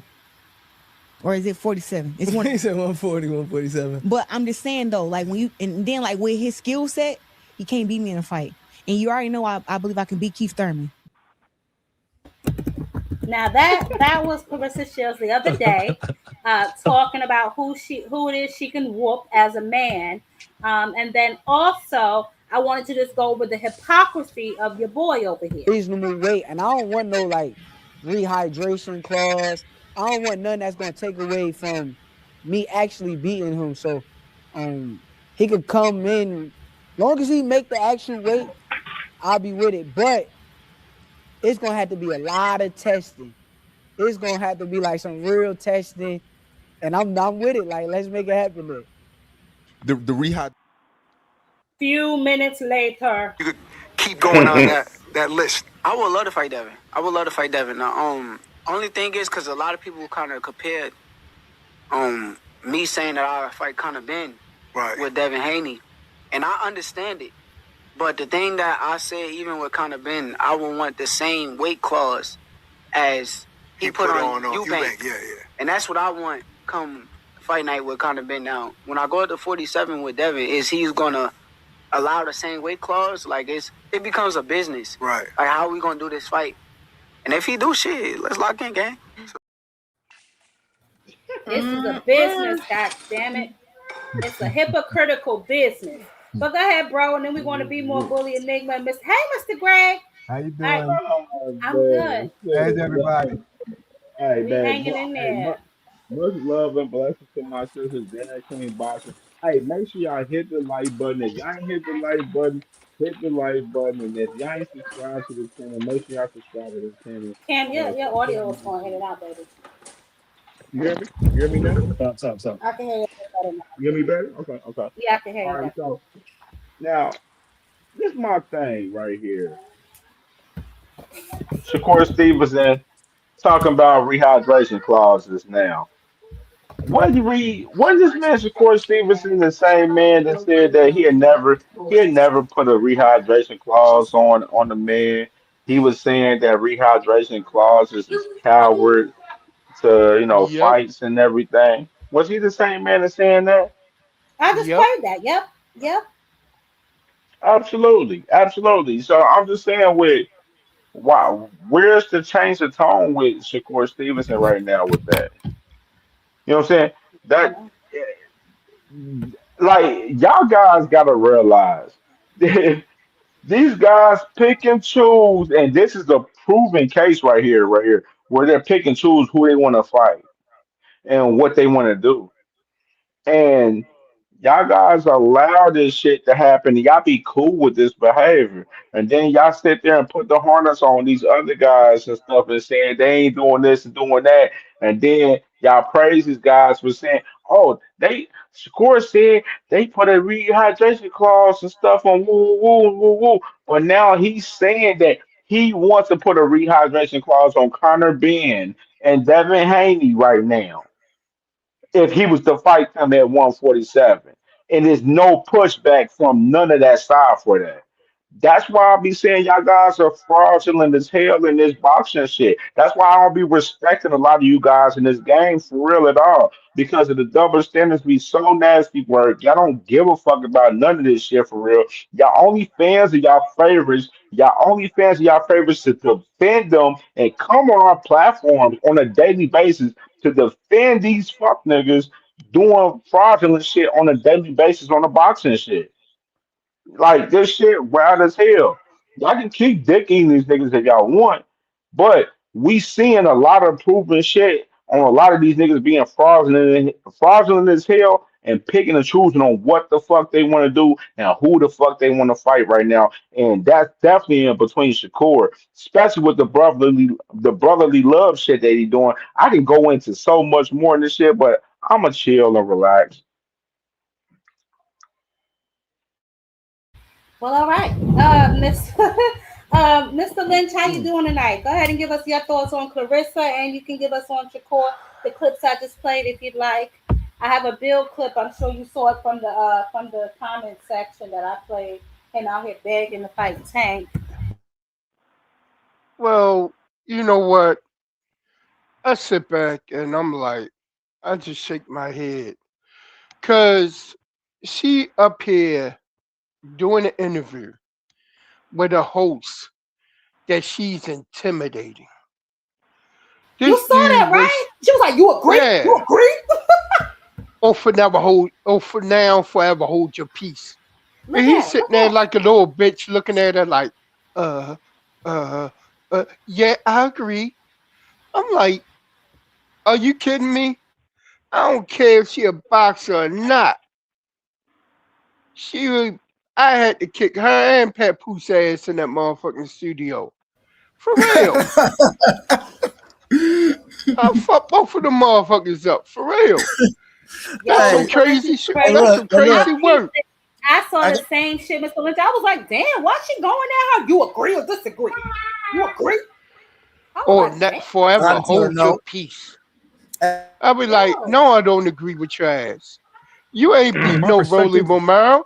Rolly would my knock her pers- ass silly. Didn't the nigga that Rolly beat knocked her down? Ain't that the nigga that knocked her down? The nigga that Rolly beat? That Yep. skinny I nigga? don't know. Yeah, he probably Yep. was. Yeah. White boy had ass rolling around in that ring. Ain't nowhere in the world she can beat some damn Rolly. You know, I That's mean, what no, I I said, man. what you think you can do and what you actually can do are two completely different things. You Preach. can say I think I could beat Keith Thurman. That's what you're thinking, but that's not what actually happened in reality. You can think you can beat Rolly, but that's what actually what happened. You know what I mean? And Look, here's my perspective on it. Hold She's on, the hold best on, hold active on, female in the game. Blaze. Blaze, let Mr. Lynch finish. Go ahead, Mr. All Lynch. right, bet. and on this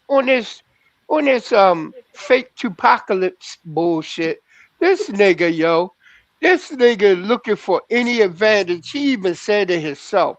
You see how people tell on themselves, yo. He the type of nigga to get locked up and then end up snitching on himself. For real. That's what he is. He the type of nigga to get locked up and then snitch on himself. He sat up there and say, "Man, I think that rehydration clause thing is bad, man. Tank put everybody through that." That's a And lie. that was a lie It's anyway. only Yep. two boxers who Tank put a rehydration clause on: Mario Barrios and Ryan Garcia. Why? Because they are way bigger than him. And if they come in the ring with all that weight pulling the Devin Haney, it's an unfair matchup. And Tank's that, naturally 130, Mr. Lynch, you 35. brought up a really great point, and I wanted to expand upon that because I hear a lot of people saying Tank puts rehydration clauses on niggas because he's scared or he's looking for some type of advantage. Can you let me know what type of advantage a 5'4" ass nigga has against these niggas that's 6 feet tall, weighing close to 154 pounds, competing at 130 pounds? Or whatever the hell they're competing at. Can y'all let me know what type of advantage he's looking to gain? They're all taller than him. They all have longer arm reaches than him. So y'all want them to be bigger than him in the ring too, but y'all are saying that he's looking for the advantage? hmm They looking for the advantage. If he was stupid and he will fall for that crap, which he's not, Tank is smart. Tank ain't falling for that bullshit. He see that shit a mile away. Like, y'all niggas crazy. I'm gonna get in the ring with y'all. He wearing 130. Neither the fight he 135. Neither the fight he probably gained like pound or two. And that ass is coming in the ring damn near 30 pounds heavier. Come on. Are you kidding me? That whole B side collection of bitches over there, all of them are goddamn weight bullies. All of them. It's the weight Thank, bully club. thank Yeah. you, Mr. Thank you, Mr. Lynch. And I did mention earlier, I don't know if you were here at the show, but I'm glad you're here, Mr. Greg. And Band Up, I don't know if you're still on the panel. Did y'all know that Bud Crawford, Turkey Ala Sheik, Dana White were on their way to try and purchase the USA Olympics? Can y'all explain that to me? Nah, that's Say that one breaking more news to time. me. They doing what? Yeah, say that They're again. on What their should they do? way.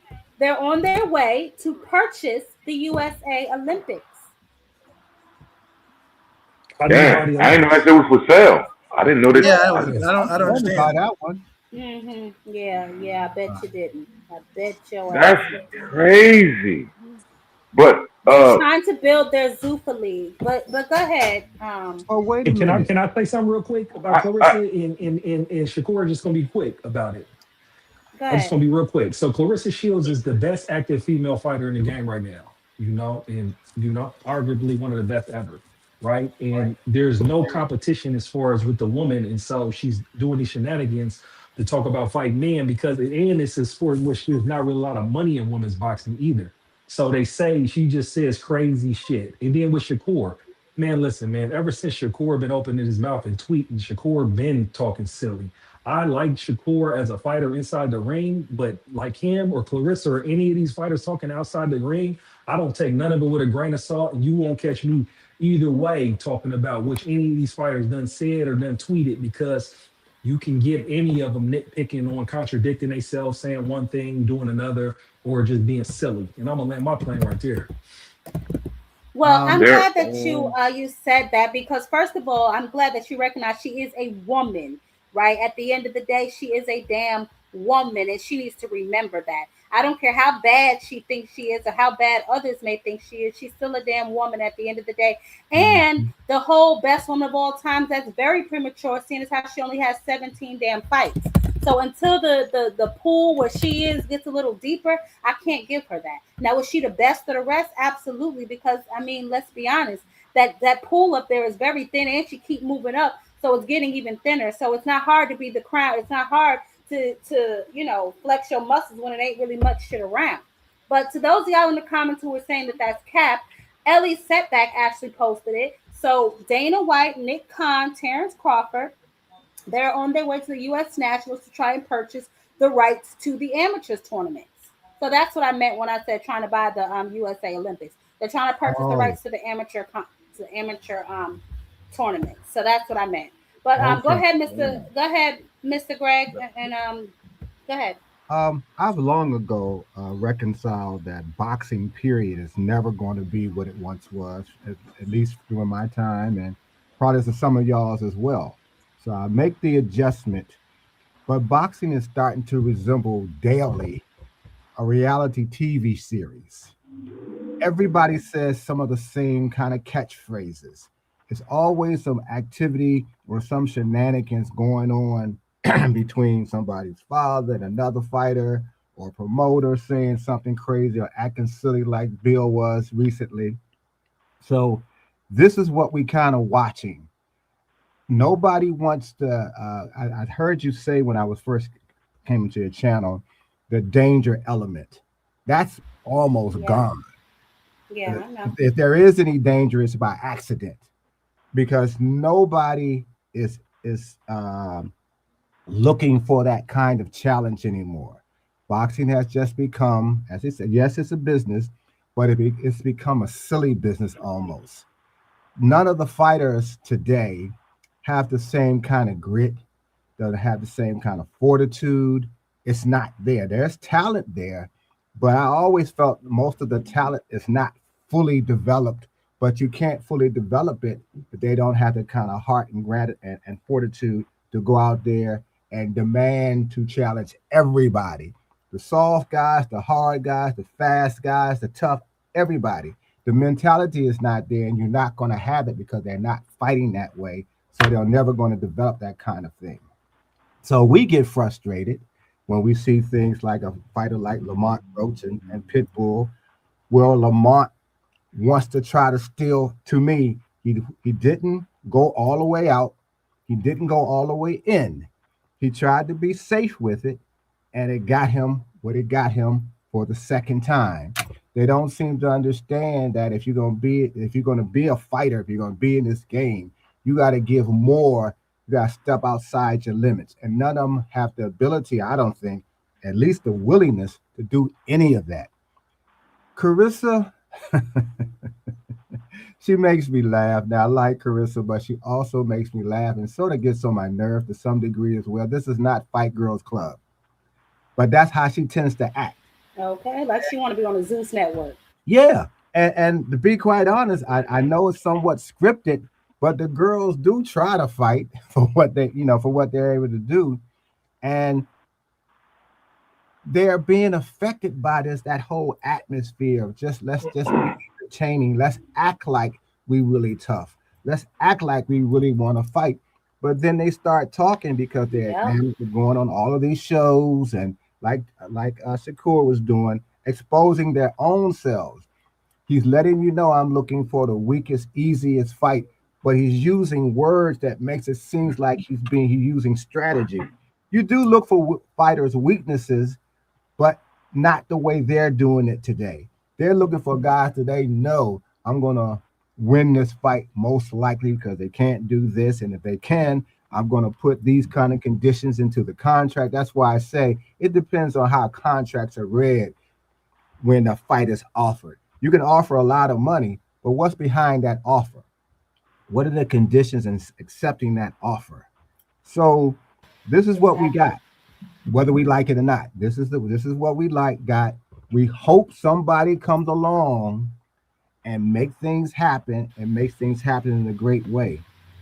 With Turkey trying to buy the U.S. rights, um, it's For the Olympics interesting tournaments. because it seems like he's looking to try to tie up the next Yep. generation that's coming up in advance. Most of Yep. those guys don't have no money. Most of them, Mm-hmm. if they really, really need sponsorships, and somebody comes along and is going to offer that, there is a great likelihood that all of them will go because hey, we've been struggling going to these gas stations, these little small companies to try to help us sponsor us while we train and get equipment. Here comes a guy with all this money who's looking at us. We know he got network. We know he got he has clout. We know he has exposure for us. Most of them are going to go unless somebody else comes to compete with Turkey by what he's trying to do. So we have to kind of sadly lower our expectations of what these fighters are going to be doing and try to find something a little more something that will still keep us excited about the boxing game altogether because I just got a sad feeling that in about maybe I hope I'm dead wrong in a few years that we're going to lose interest in it because it's not keeping our interest. It's making us somewhat crazy, somewhat angered at time to time with the stupid stuff they're doing right now. What are they going to be do 5 years from now? So I just land right there. That's how I kind of see what's going on. I still like to watch the fights, but some of the smaller cards, the guys who still at the amateur stage, those are Mm-hmm. sometimes they're 3 rounders. They're Yeah. green, but they're really in there. They're really trying to Mm-hmm. fight, and you look for that. And you got sometimes you're going to have to find entertainment there. I get the chance to go to a lot of these small fights that are down here, and I'm sure in other cities as well. Those are the guys that you need to, if you enjoy boxing, that you still see they want to go out there to prove because they don't have any money. I mean, all they have is this is who I am, and they put it on the line for those 3 rounds. And you see a lot of the little fights, and then you get a chance to see some guys you think might go further. You see them early, so I just say don't. I mean, I'm losing interest a little bit. I admit, but I would say to you all because y'all have platforms, and a lot of you all have some great knowledge. I mean, Jude has a lot of great knowledge. She has a background. I know fathers. I think she's mentioned who also is with her on that. I wish I had some sisters that were interested in boxing, but none of mine were. But Mm-hmm. those are just good things to have. And then before I go land, I'll say to you, Jab and Juke and Key and 2 Cent, 2 cents. Mm-hmm. and a lot of y'all are making a real good impact in these YouTube boxing streets. Your names are known. You're respected from what I've seen. I mean, yeah, some people will come at you and so forth, but they know who you are. And they will sometimes reference something they've heard on the show. So y'all are doing something good. I know sometimes some of these guys, especially with you, makes you crazy, get a little over emotional and things of that nature. But you all are doing some good things. You're making an impact. And I just wanted to let y'all know in case you hadn't noticed, you're making an impact. So I'll Well, land there. thank you, Mr. Greg. I definitely appreciate that. And I want to say something. I think that you are 100% correct in what it is that Turkey and Zupa and Dana White are trying to do. They're trying to cut them off before they get a taste of stardom and fame and that money that they consider to be big. They're trying to get over there and kind of, their pay schedule is like 750 or something for some of those guys. I think at the lower tier. So that's big money to some of these guys who come out of poverty who are Mhm. looking to get to those higher levels and higher likes. But this is not good for boxing in general because they're going to be over there fighting like the UFC. Because look at them, they're making their Zupa debut on a UFC card, if I'm not mistaken, or at least the same day as the UFC is having a fight. So Dana White is looking to kind of correlate and marry the two together. So it doesn't look like it's going to be anything good moving forward. But to your point with the younger generation, I look at the Abdullahs and the maybe the Kermel Motons, and even Zay Quinn, maybe that they'll go on to do something positive. Abdullah seems to have that fire in his belly, like he wants the best fights. So hopefully the newer generation will kind of wash this mid generation that came after Mayweather, and we'll get back to seeing some really good matchups and some really good guys who really want to get in there and test their skills, not just talk about it, but actually want to be about it. Shout I out to hope so. Aircraft Carrier with the $5 in the super chat. Yes, let's put some color in this chat. Okay, make sure y'all smash the like button. Make sure y'all support the channel. Okay. Go ahead, Can I say something real Enigma. quick? I'm sorry, baby. We was long winded. Go ahead, baby. Yeah. What was the question? What did you want to know again? I completely forgot. I wanted to know. I'm so sorry. I'll play it again because I really want to get y'all assessment on Shakur and his double talk and Clarissa Shields and her fighting Rowley. Let me ask you a question. Is there a male champion, regardless of weight, Yep. that you believe you can I beat Rolly. He's a world champion. Rolly Ramirez. Do you agree or disagree? Speaking out, never hold your peace. I agree. I'm with you. Do you watch boxing? Have you ever seen Rolly fight? I did watch him fight. I seen he just won against Ryan Garcia. Against Ryan Garcia. Listen, it's not about. I think Rolly is very unorthodox. He's very strong, right? But I'm way taller than him, way longer than him, and got better boxing skills. So how about one of his punches, though? Did you not hear what I said? It's hard for somebody smaller to hurt somebody that's bigger. I walk around at 185. He fights at 140. Or is it 47? It's He said 140, 147. But I'm just saying, though, like when you, and then like with his skill set, he can't beat me in a fight. And you already know I believe I can beat Keith Thurman. The girl is out of her damn mind. Also, we had Bill Haney out here begging. Coach Calvin, Coach Kenny, Team Tank Davis. I got some good news and I got some bad news. The good news is Devin had bought me another Mercedes. Another one. The bad news is the Grinch didn't buy you guys one.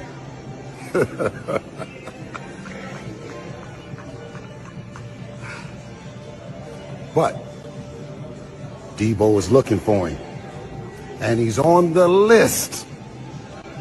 So let's see if 2026 you can't influence your man to be more like.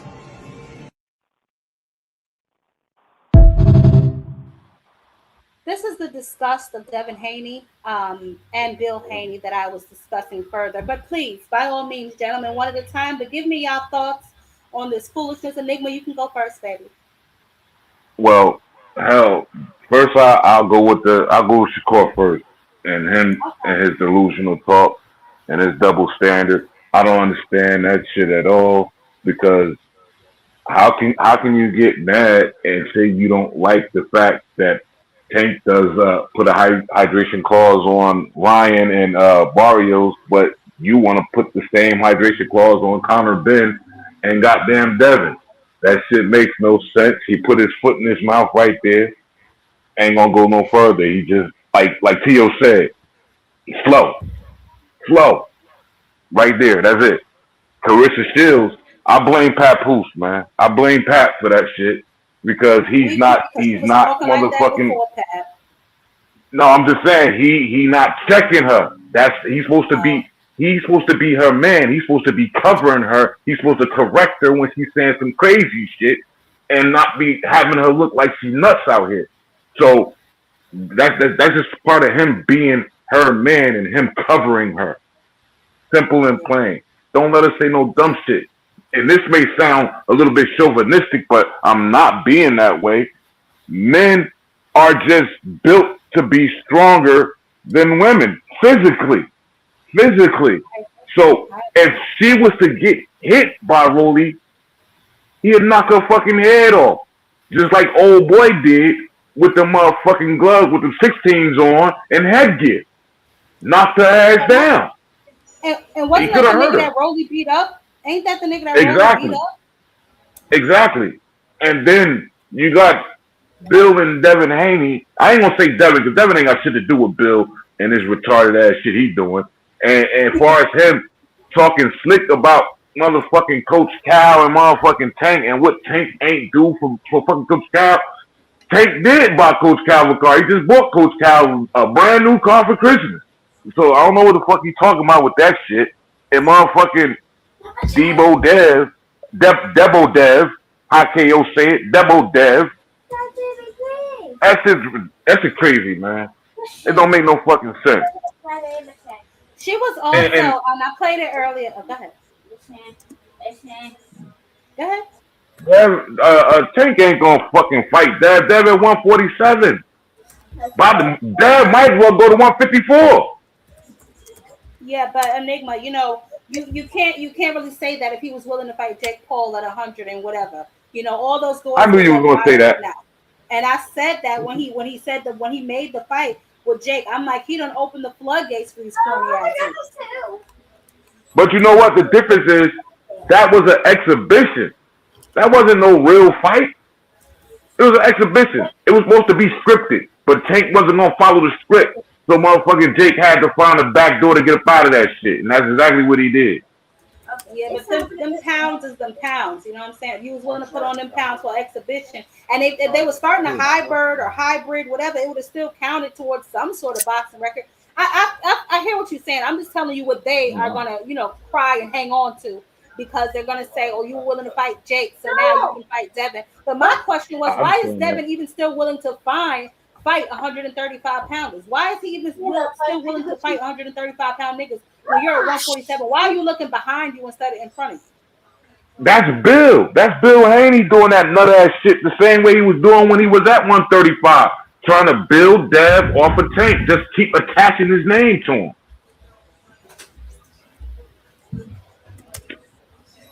Well, that's the. Can I say this thing about Clarissa?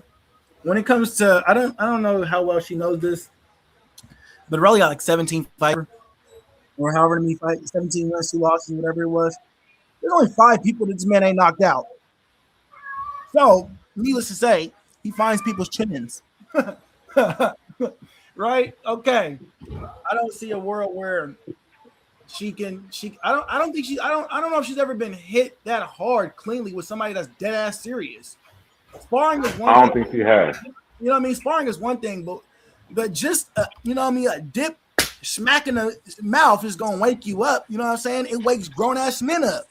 You know what I mean? So if it's not gonna wake if it's waking grown ass men up, I can't imagine. You know what I mean? It going now. Can she have more skills here or there than Keith, whatever the case may be? You know what I mean? That's hearsay. But You know I don't know why I don't know what she thinks she's doing by over pushing herself in that regard. I feel you know what I mean, I watched the real greatest woman fighter of all time, Amanda Nunes, throughout her whole career.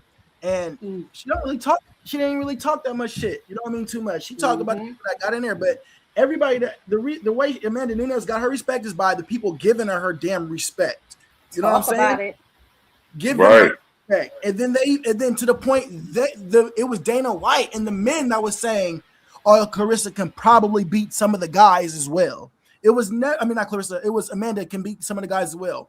It was never Amanda that said that came out and said, "Oh, I want to fight BJ Penn or I want to fight one of the smaller guys." You know, she never came out and said that. Would she do it? Probably. That girl skilled, but she's not gonna sit here and promote herself like that. I feel like it's like kind of even take it in basketball. Bron James and Jordan be like, "Man, I'm not gonna call myself the GOAT. That's for y'all to do." Exactly. You know what I'm saying? And you gotta have humility in that sense. You're right. Do I think she needs to up her status? Yes. I don't think this is the way about going about it. Hell, I even think the Remy Ma beef was cool. Was a little better way to go about it than sitting here saying you're gonna knock out men. I found that funny as hell when she said that a couple years ago about Keith Thurman. That was hilarious when she said it because Keith was just up there talking about Bud and EJ the whole damn time, and here she comes talking about etiquette classes, man. That was funny. That was but funny. You know what? Go to one of them etiquette classes, man. Like learn how to be feminine and shit. She need to go to a charm school or something. Listen. You don't even have to hit wrong now. Don't leave that girl alone. You don't even have to. There's nothing wrong with her. Come on now. You don't have to even hit her with a chin. Just a good body shot.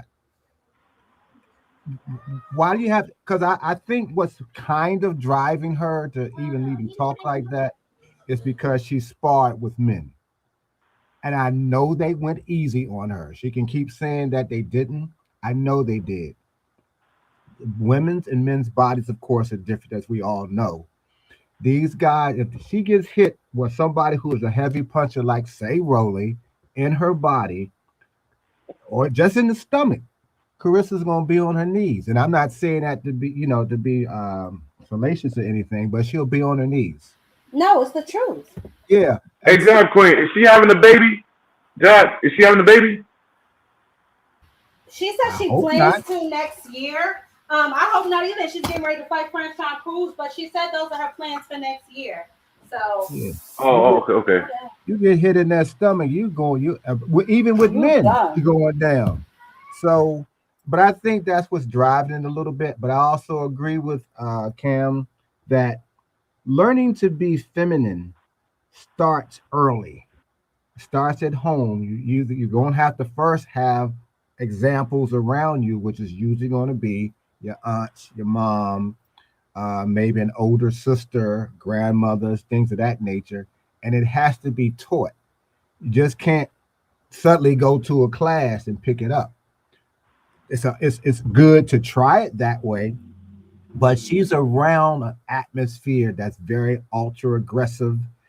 That's why she's always talking about fighting men, because she's around men who have the degree of aggressiveness that passes for men being that way today.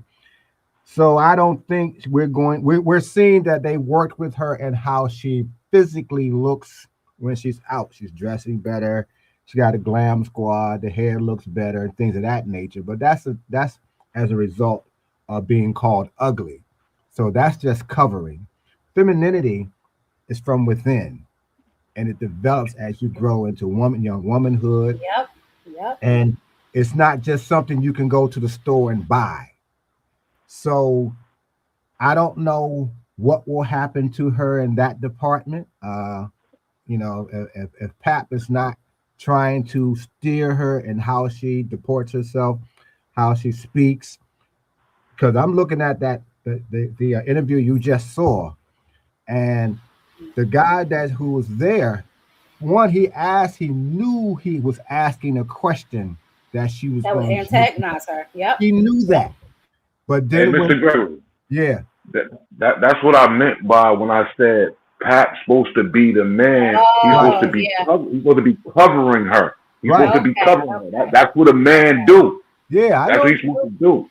yeah, So that's what I was talking about when I say I blame Pat, because he's letting her go out here and say these things and be masculine and manly. You know what I'm right. saying? I get you. That's what I meant by that.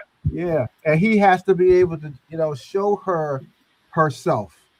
That's where if Mhm. you have a good relationship with someone, whether you're just a trainer, their husband, whoever you are, and y'all close like that, you have to be able to show that person that you're with what they look like to the public, how they come across. Exactly. And sometimes it's not pretty. Sometimes it might hurt your feelings, but you have to be able to have I that said kind the of same thing, honesty. aircraft. I said the same thing, aircraft. Okay, when I get a chance, can I go? Because I have a lot to speak on. I ain't sitting on a minute. Well, hold on. You ain't seen nothing yet. I don't know if y'all saw the video I played of her earlier slandering Shadeja Green's name. Daisha Green started like just writing me all the time, all over on social media, on Twitter, on Instagram, making videos, and I'm like, what the heck? So, I'm thinking she really pressed for a fight, you know what I'm saying? Which, all right, you got every right to be. But then today I find out that she's suspended. So it's like now I got to check you because now you have proven to be nothing but a clout chaser. Right. But how you gonna fight and you suspended? And they say you suspended for nose. No, you say you suspended for nose, ears, nose, and throat. So you telling me that your eardrum is busted supposedly, and your nose supposedly got broke, and maybe something is going on with your neck because of the fight with you and Savannah, but you've been pushing and screaming for a fight with me. You are suspended. You injured. So I'm trying to figure out on my face too, just in case. But I'm like, why you doing all that? If you want to fight, but you can't fight. It's clout because you was never even I would have had the team send out some to make a fight with me and you. You're suspended, man. So now I know it's all for clout. Now let's talk about how after my fight with Savannah, my nose, my ear, or my throat wasn't busted. The girl can punch. She hit me, I think, round 7 or 8, and I couldn't see on my eye that round, but my eyesight came back and I continued to kick her ass. People was up there celebrating when they said I popped dirty for weed and I had to come out and prove what I dropped for. So usually when you're suspended, you can be suspended for injury, but you can also be suspended for drugs. And I'm not saying that that's what she's suspended for. I'm just saying that we the people need proof. She is such a slanderous scam. Let me stop. So Wow. first of all, you know damn well, Clarissa, after you're in a fight that has a lot of like back and forth battery, they suspend you. She knows that. She's a boxer. She knows that. And to come out and say you don't know if she's suspended for PEDs, come on, yo. I Come don't on, like yo. that. I don't like that at all. Yeah, that Now, was ugly. Slanderous as hell. And she's the one who's the clout chaser. She I clout mean, chases every really? damn body. My Got the pot God. calling the kettle black. Are you kidding me? Dark black. Hey, That, hey, Juke, what you gotta say, Juke? Let's say what Juke gotta say. okay, so hi everybody. Okay, so I'm gonna try to run through it quick because y'all went over a lot of topics. I get to going on. I'm doing a little cleaning and shopping online and everything. But real quick, I just want to first initially respond to that first clip of Clarissa talking about Rolly and how she would fight him. I don't want to hear nothing about her fighting men. I think that at this point she's doing it. It's a kind of I don't want to say clout chase, but kind of a clout chase. I think she's doing it to kind of like keep her name out there and to irritate people to get the folks going. And maybe she probably really does believe that. But the thing I took, so I really don't like pay her no mind because that's not about to happen. I don't want that to happen. I don't want that floodgate to open up, right? Because I think women are just as intelligent as men. I don't think we're beneath men in any way, but physically we are different. That's something that's scientifically proven. We can't change that, right? I don't want to open up that floodgate. But I will say the only thing I took from that conversation that she kind of let the cat out the bag is the reason why she feels that way is because she said, and I think no one else has commented on this, she walks around at 182, 185. That's what she said. I heard And she her. said, when you're that big, a person smaller can't hurt you. So as far as I'm concerned, even though no one else heard that, she kind of, in a way, gave away the game of all her peeps. And we were having this conversation yesterday about weight and weight clauses and all that and rehydration clauses. She gave away the game right there. Now that's a perfect segue into a Shakur situation. About this Well, whole hold on, Drew, because I want to say something because we knew that anyway because she's making friend Sean Cruz come up to 175 to fight her. They both good though. She's the middleweight, super middleweight champion, right? She's 168 pounds, but she's Right, fighting super Clarissa middleweight. Shields at 175 pounds, which further lets me know that Clarissa Shields is now being lazy and does not want to cut that much weight to get into shape. And which is the opposite advice that Layla gave her, and that's a whole other conversation. So right, so I'm gonna segue that. That's a good point, though, Jab. Perfect point. And I'm a Clarissa fan, so like there's certain things y'all said about I don't like, but I'm gonna get to that really quickly. The other thing about Shakur, I'm a Shakur fan. However, I don't like that because I'm actually, again, I'm pro rehydration clause. I'm fine with it. I don't even care if they bring back same day weigh-ins because I think that's really Mr. Greg was talking about the sport and how it's gone downhill. A lot of it is because everything that made boxing what it is being diminished, and part of what's being diminishing the sport is that the weight clauses don't mean anything anymore. Because if you can rehydrate 5-6 divisions higher than that when you walk into the ring but fight for a different title, then it completely diminishes the point of the divisions in the first place. And that's why we're not seeing these competitive fights. You got people who should in traditional boxing would never be in the ring together. Never. It makes no sense. So when it comes to Shakur, I ain't rocking with that. I don't like that at all. I mean, I'm okay with you saying, okay, I want a fair fight. I want us to be close in size. But my problem is that to me tells me that you knew that people were trying to get an advantage over Tank, and you were cool with it because it was Tank who you knew would be disadvantaged. You act like he was the one being dirty, trying to harm people. This whole time you knew it, but you didn't care because it was him. But now it might be you in the same situation and you know what they do because you do the same thing. Now it's a problem. That I don't like that at all. And stay up but at 135. How about that? He's a hypocrite. And I'll tell you what, this is what I'll say about that, Jude. To me, if you have to slap a rehydration clause on somebody, you know they're not fighting near their natural weight. You know what I'm saying? So, Mr. Greg, like you said, and you too, Drew. Same day weigh-ins would be ideal. That would cut a lot of this shit out, in my opinion. Because honestly, this is what's so crazy about people complaining about rehydration clauses. It's literally giving you a 10-pound extra. Is all it's doing, because we had the sport lived longer with same day weigh-ins than it has now. People who have not been following the sport for a long time will know that this whole rehydrating 20, 30 pounds the next day is new. People weren't even doing that in the 90s. I was saying that to Key the other day. If you look back and look at some HBO boxing, they should show you what they weighed in that day. I'm talking about people jump 5 pounds, 9 pounds. It was nothing egregious. The reason why they had to do this in the first place is because people started being over the top with it. And that's why. And so to me, the whole point of boxing is to say, okay, this is a fair fight. This is, you know what? I'm not on drugs. You're not on drugs. Let's do this drug testing. Okay, we're close in size. What you're saying is with rehydration clauses is like, yeah, what you mean? I don't know. It's unfair for you to ask me to be close in size to you. I don't want that. I want an advantage.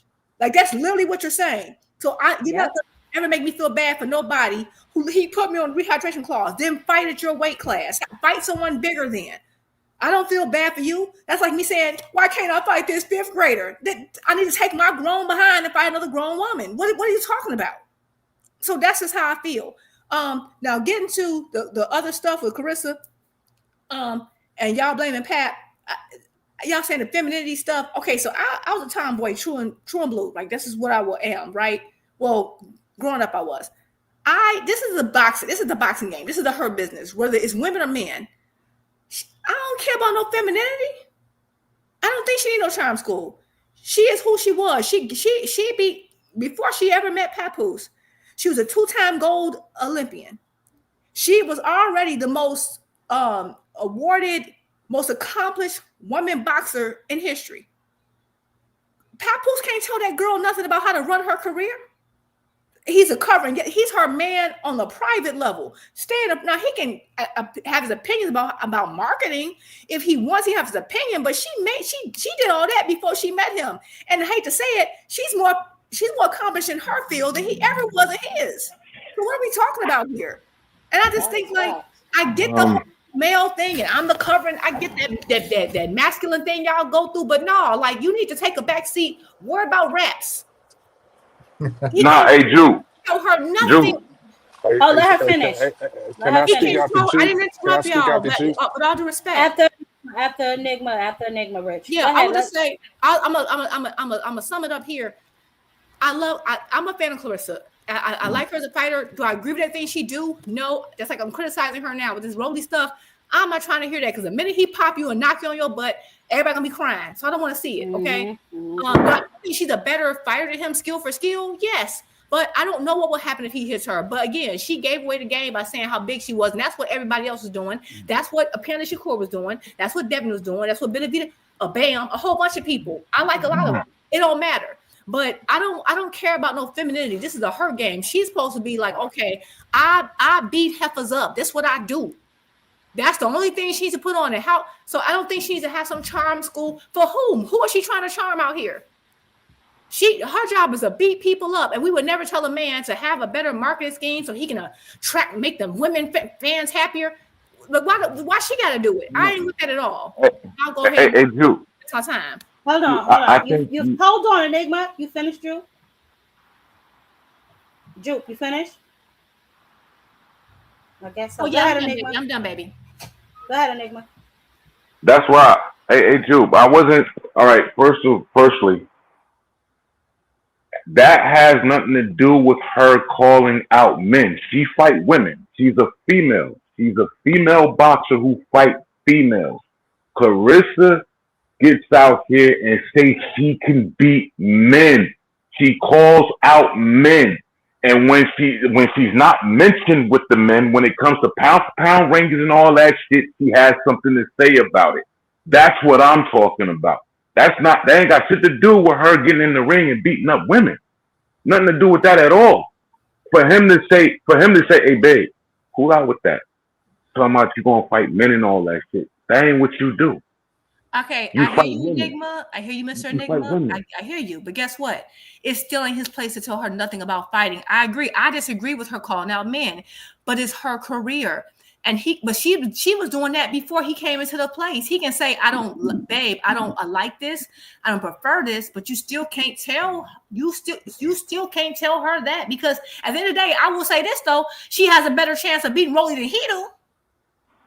At the end of the day, she still do. I don't care. I know y'all gonna think, oh, he a man. That don't mean nothing.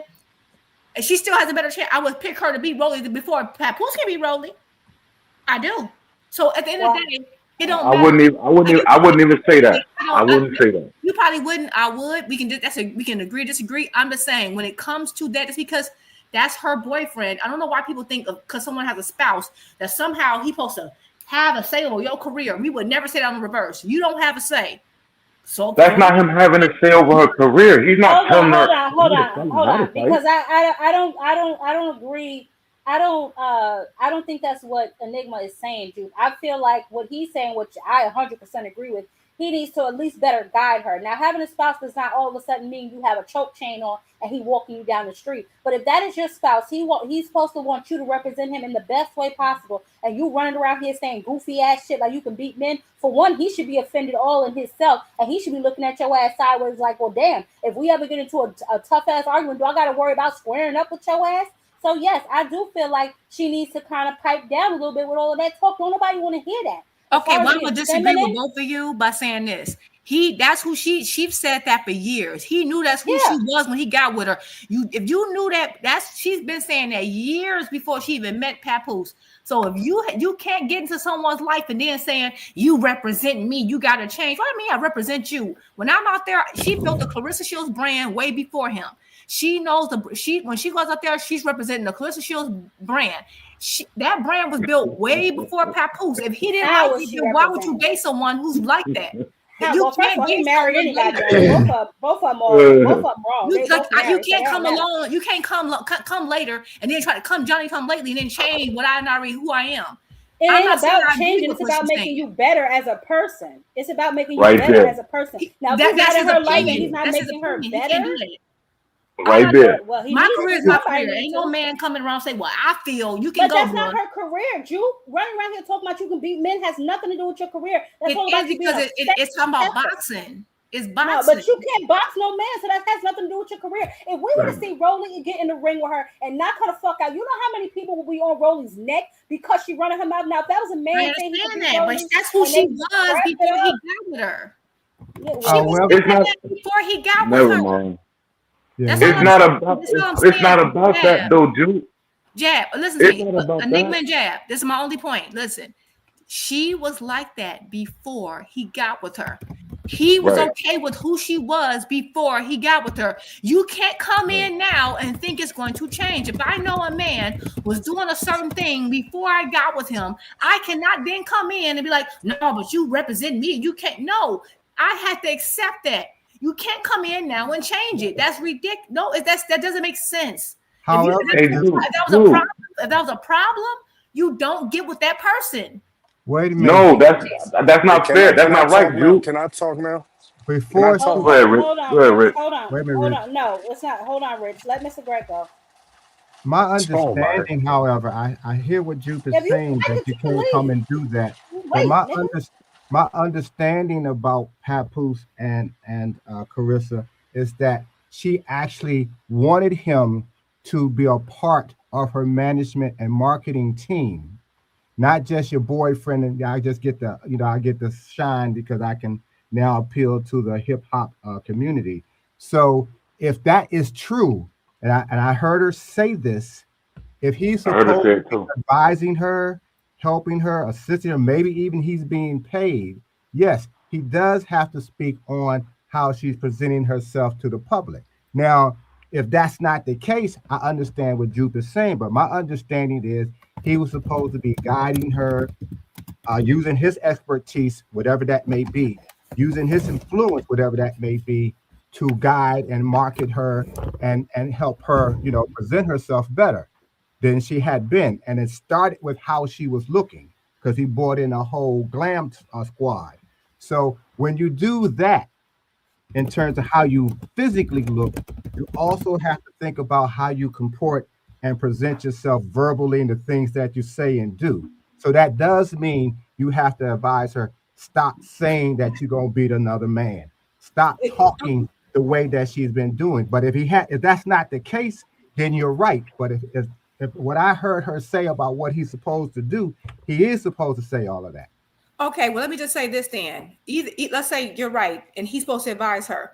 How evidently he hasn't advised her against it, so he's not the one with the problem. Y'all are. She just ain't listening. That's why no, or maybe he hasn't. Again, look who he came with. Look at the type of woman he dated before. She should like we already know who what Remy Ma. All he did was give her the style that his current wife has. That's all he did. This is true. Okay, so right there. I don't evidently if she's going in a certain direction, and then I really don't believe from my understanding, she has some type of we don't know the intricacies of the deal, but what we do know about the deal is that it has some hybrid with her rapping career and then also her boxing. Now he may have, gave her a stylist, what have you, and she might take some tidbits from him, but evidently her style and everything she's going with, evidently he's okay with. So evidently he don't got a problem with it. I think other people do. And that's all I'm saying. And even if he did have a problem with it, so what? She got herself here, not him. She been said that it ain't hurt her since. That's because we disagree with something she's saying. She might disagree with something he's done. At the end of the day, I just think I don't like the talk of, well, I'm your man and I'm guiding you. What do you mean you guiding me? I understand. Look, y'all understand y'all men and y'all have y'all egos, but being a male, having particular organs, don't mean that you have this wisdom beyond anyone else. And I think that it's this inherent idea that that's what it is. Because if that's welcome your marketing and take your career that way. I get what y'all saying. It's just that I don't think he has a problem with that. And because he didn't have he was with Remy Ma, for goodness sakes, and she talked about beating and popping everybody. I don't think that's a problem for him. And he just don't. It may not be a problem for him, but it is a problem for me. And it's a problem for a lot of people, which is why she gets the negative press, which is why I suspect she's now trying to clean it up, right? Because there are consequences to things that you say and do. Regardless of if this got her here talking and behaving this way, it's not going to elevate her any further than what she already is. That's why she asked before about sponsorships and, how do you have to look and do you have to talk a certain way? Because she's concerned about it as well. And I know you think she, whatever she can say and do what she wants to. We all can say and do what the hell we want to do. But you have to always remember there's always consequences to your actions. If you take them, you take them. Just be ready for what comes with it. And if she's ready to hell, I'm ready to watch her ass crash and burn. I agree, Jab. I'm not disagreeing with you on that note. I agree. I'm saying is I've heard people say worse things. Her saying she can beat a guy, whether it's Rolly, whomever. Is that the worst thing I've heard in all of boxing? No. We were just talking about the other day about the stuff Mike Tyson used to say. That's the worst thing we've heard? No. I think people are just overreacting to it. Do I think she should be saying it? No. Do I want to see a man boxing a woman? No. I just vehemently disagreeing with the idea that because this is her boyfriend after she's already been like she's already the most accomplished boxer in women's history, and now suddenly Papoose is going like, well, I don't like. Okay, well, it's a lot of things I don't like about you, and that's your opinion. Okay. That's fine. Keep it. That's like saying a person. Right, so can I I'm not saying that he can tell her what to do, because obviously he's a married man. He can't tell nobody nothing. But to just take heed, like Mr. Gress said, he's now in charge of her glam. She's decided to mirror her career with his, or at least under the same record label as him. So yes, certain things that she does and says will affect him negatively. Although I don't know how much it can affect him that he's married. Right, but I think that what I'm saying is that y'all see it as a negative. Evidently, he don't. He knew this was who she was before he got with her. He's changed. He like him rough. He's tried to change multiple things about her except for that. Yeah, he like. I'll say that. One thing he's done was give her really my stylist. Is all I've seen. You ain't lying about that. That's like Hold on, y'all. Let Rich, please let Rich. Yeah, Rich. Hey, Rich. Yeah, I mean, what's up, Greg? What's up, Sheldon? What's up? What up, Rich? What up, Enigma? But I already know when it comes to a fan like me, a person that speak real, I know why I'm waiting. But I just wanted to say this. Came in the middle of a conversation. I just want to say this. Can I please get the same respect Juke got when she talk when I talk? First I want to say is that it's funny how a lot of Tank fans trying to attach Tank name to Shakur all the time. Nobody ever Oh, talked not about no. that That's nigga. it. That's No, it. We're not nobody. doing that. We're not doing that tonight. This shit is violent. We're This not doing comes this in tonight. with the bullshit. We're not Come doing this on, man. tonight, You bro. come in here. This comes in with the bullshit. Oh, Yeah, I'm not man, doing it yo. tonight. I'm not doing it tonight. So how you come in with a bogus ass statement? You waited that long to say that bogus ass shit? By try. My God, have mercy. Have mercy, my God. Oh, No, we're not man. doing you tonight, Rich. We're not doing you tonight, baby. We're not doing you tonight. Try us next week. We're not doing you tonight. That's too much for me. I already had Hacker in here acting ridiculous. Now you come up here saying it's the most bogus shit I've heard all night. I can't be bothered with it. But anyway, Rich is the funny. Diego Pacheco, no, he's not. The Diego Pacheco card is on you guys. And I don't know, Blaze, were you able to Oh, find where shit. Edwin De Los Santos is fighting? Nah, Tentatively. go to Stream East. Oh, okay. So his fight He's is fighting on today? stream. Yes, he's fighting tonight. Edwin De Los Oh Santos my is fighting in the God. I'm Dominican so Republic. mad. He's fighting in the Dominican Republic. He's headlining that card out there. So hopefully he looks good. Hopefully he looks strong, and he'll be able to get back in at 135 and mix Hey, it up. what's that you say? Stream East? Yeah, Yeah. Stream East. Mhm. That's what I'll be going to. Yep. All right. Yep. Yeah. So that's definitely. And then the Diego Pacheco card is on now. Obviously, we know You what's have a fire happening. stick, Blaze. Come on now with all of that up here. Come on now, Mr. Greg. What's happening? We are law-abiding citizens up here. What's going on? Oh, I'm sorry.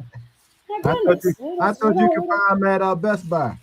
Lord have mercy. I don't know about that. Ain't no fire stick boys outside over here or fire stick girls. We purchase our fights. Thank you very much.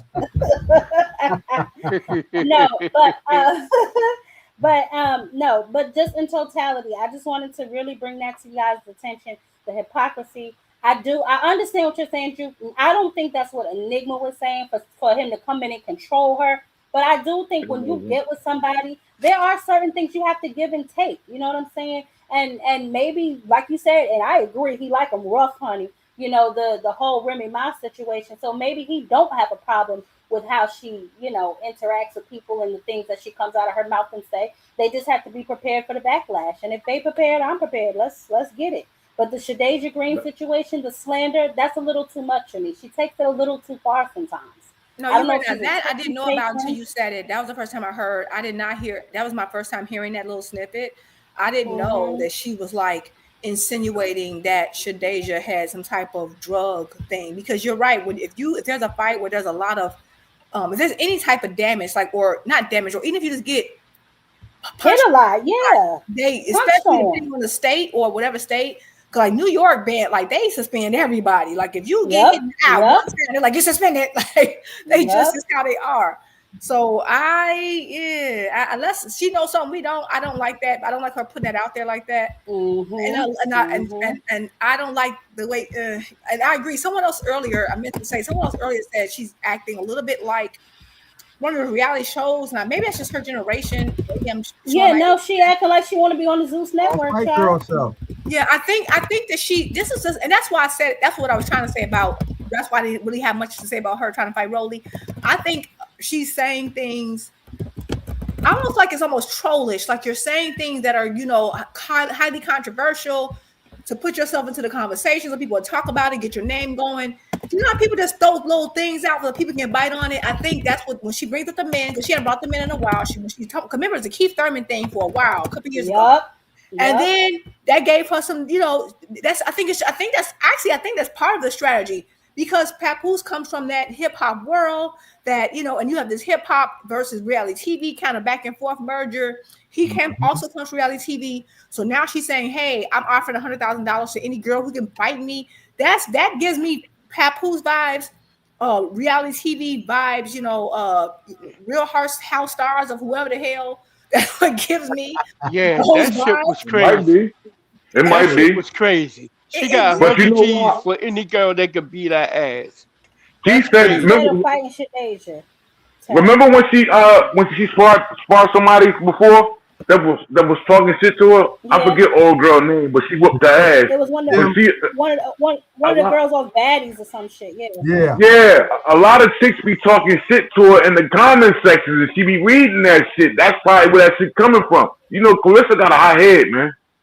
But I will say She got this: I don't Shakur. like the strategy, but and I do feel like it's kind of working because it is getting her more time in like certain boxing spaces and conversations because she's saying things that's kind of inflammatory, things people think are ridiculous, and they're gonna review it. And I hate to say it, like I think she feels like the bad press will get her more attention than the good press because apparently her like that. I'm telling you how she probably thinks. She's probably like, hey, I have all these accomplishments. That's not going to get the people going. I got to give them something that's going to like be controversial. And so, what do you say, Rolly, and whatever. But I don't like that Shadeja Green comment at all. Unless like that, that's I don't like that because I don't like you putting That's that borderline jacket on slander. nobody. But it is what it is. It's getting her press and it's getting people talking about her. Not in a good But way this though, is the man. same thing that she had a problem with before. She's not getting Mm-hmm. the marketing deals. Yes, she got that one deal that she has now, but she wants commercial deals. And so when you Mm-hmm. get commercial deals, they can't just be focused on a smaller market. She wants the broader market that she can appeal to. This is why they're trying to do certain things. I believe at least why we talked about her doing certain things to soften how after she gets out of the ring, how she comes across to those particular to that market or that audience that's going to buy whatever product they're going to have her sell. Mm-hmm. Oh shit. Mm-hmm. Yeah. I mean, listen, she, like you said, Julia, and you're right, she's been doing this for so long. But the problem is, what she needs to understand is all press ain't good press. You know what I'm Mhm. saying? And just because it gets your name in the headlines or whatever the case may be, why is that something that you want people talking negative about you? And then on top of that, you giving them the ammunition to do so. It's almost like you feeding the negativity. Well, Hey, you know what? It's because views create money, and I'm not saying I agree disagree. I think that Clarissa Shields again is the best fighter in women's boxing, bar none, right now. I get what you're saying. I just think that maybe maybe she feels like she has to turn heel because of that, and I also think sometimes this is also a trait of people who are super competitive. They are very like it's just a trait, right? They tend to be very confrontational and as a fighter, if you believe in your skills, you should believe you can beat everybody. And I think if it was like if a man is in boxing, men in boxing believe they can beat everybody. Believe they can beat King Kong. I think it's not completely unnatural for a woman to feel the same way. I know people want to remind them that they are women and whatever, but she knows she has some type of there's caveats because, like she said, if she fought Keith Thurman, she would expect him to fight at 147 and her be allowed to come in 168. She would not fight him at the same way she would be, which would she knows, right? But So then do she you knows. but then do you really think you could beat him if you need that advantage? This is my point that I'm talking about. You if you want to talk about skills, then let it be about skills. Why are you trying to slate the playing field? If you really think you I could agree. beat him, I you agree. I got all think it's these because skills. women can't cut weight like there's a certain amount of body fat. I don't know. I'm not even about to debate it because at the end of the day, you're right. Like I would like for her to come down a little bit of weight, but like she's saying, nope, I'm Yeah. staying up here. I would like for her to do that, but she is a curvy woman. I think she can get down, but as she's getting older, the harder it's going to be. And we're not like men where we can cut. There's a certain amount of body fat we kind of have to keep, unless you have a particular body shape like a Gabrielle Fundora. And even then, she's on a time limit, right? Because eventually, you Yeah, know, she gotta move her ass up. I don't know what the hell Gabby doing. She gonna be Gabby, 92 still Gabby's fighting at long and lanky. 118. Like some people like to track, like I have to run track, right? Some people just have a particular athletic build. But Mm-hmm. and so that it catches up to you later. You pack on pounds later. But Clarissa's just naturally curvy, so I can see her cutting down, but I don't know if she can go to like a 140. That's ridiculous. She can't. I can Her. see her coming like 160 though, 168 maybe. Yeah, yeah, I think so. I think if she hired a nutritionist, because she's always in the gym, or so it appears. If she hired a nutritionist and really focused, I think she could get down to 168. I don't think that that's too much to ask for. Even like you said, maybe 160, that may be pushing it, but 168, wherever the competition is, I feel like that's maybe where she needs to at least aim to be. You know what I I'm agree. saying? I Because agree. Yeah. if the When someone landscape is said the that she can go to landscape is red, 147, I said she will like a skeleton. She can't. nah, She's she can't just go to too no naturally 147. curvy. She's too naturally. She can't. Yeah, she can't make 147. I wouldn't expect her to. I just would expect her to go at least to where the competition is, or at least somewhere close around it. Because at this point, I mean, you if you're doing rematches and all of this and 2 and 3 fights to the same person, something got to give. Unless you're just gonna go ahead and sit down. You know what I'm saying? So I mean, it is what it is. She's getting upper in age. You know, she looks like her and Pat may be trying to do something. Maybe she is ready to sit down and start a family or do something else with her life. But if she's going to continue to compete, she might want to hire a nutritionist and just get back in better shape.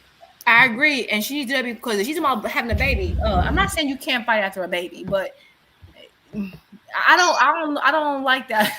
You can. I've seen women do it. I've Enigma, seen. who fighting? Enigma, who fighting? Marcado. Huh? Marcado. Mercado. Okay. All right. Right Yeah. now, Yeah. Yeah. All hey, right, y'all. Let's go ahead hey, and wrap Jeff, this up. Yeah. I was just gonna say, I happen to see it in the comments, but it's gone. Can you imagine if Carissa had the same tagline that she could market that Rich has? Let me talk. Oh my God. Can you imagine? Can you imagine if Carissa had that?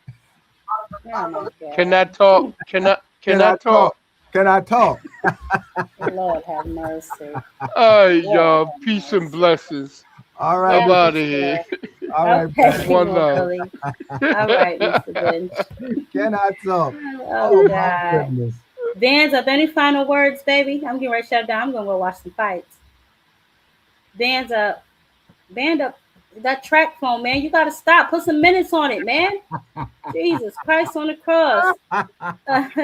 Enigma, baby. Take us out, baby. I'm gonna close it down so I can get ready to watch these fights. Any final thoughts though? Enigma.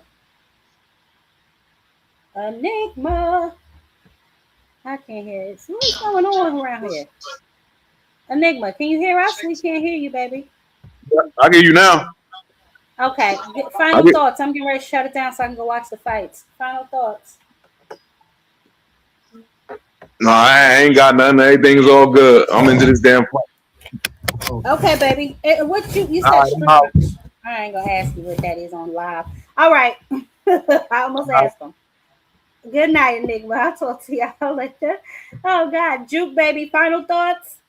Nothing much. Just thanks for having me. Great night of Always. boxing talk. Yes. You learned me something because I did not know she said that about Miss Deja. So now I got to kind of do my due diligence and look around.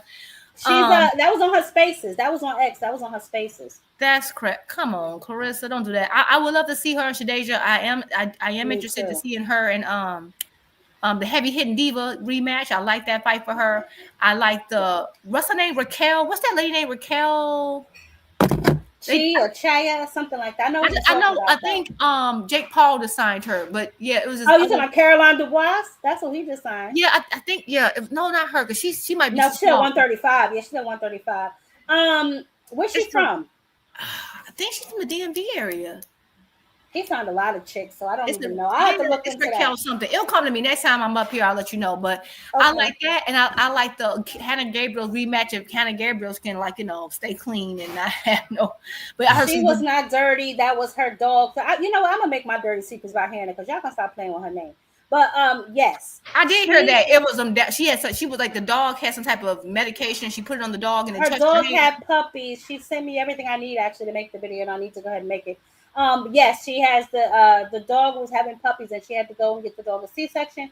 The medication that they prescribed for the dog had, I guess, something that was banned in it. So she popped for that because it was in her, I guess, in her skin. But she's actually been cleared and was cleared after that. For whatever reason, Clarissa continues to say that this girl was dirty. But I'll be posting a dirty secret about that because you reminded me. She sent me all the stuff in an email. I got to read through it and decide what I'm going to put in the video. I'm going to ask her what she wants out and what she doesn't. Yeah, But I will absolutely. Do definitely be that. making a Yeah, video 'cause I about did hear that. her say that, and I know my sister loves her dogs, and I know that there are certain stuff you have to put them in, and it has a steroid in it, right, to help them heal fast.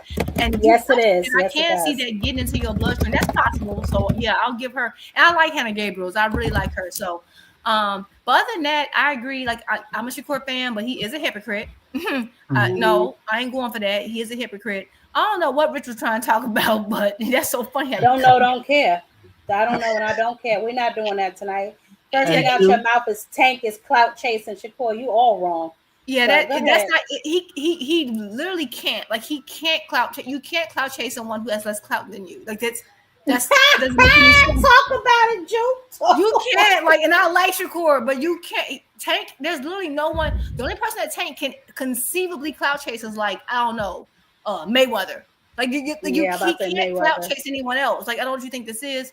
But yeah, so what? I get what Nick was saying. I do get what he was saying. I was just saying, like, you know, I don't think Papoose got an issue with it, but either way, I do understand, like, if you care and love your spouse, you do want to give them some you might want to give them your opinion. However, I was just stating that he doesn't really, you know, it's her career. That's all I was trying to say, and that she been doing this before he ever came along. That's all. The only point I was trying to say. But other than that, thank you, Jab Queen, for having me. Hold on, Juke. Okay. I was just going to ask you, did you hear what I was telling Jab Queen, the impact that you're making?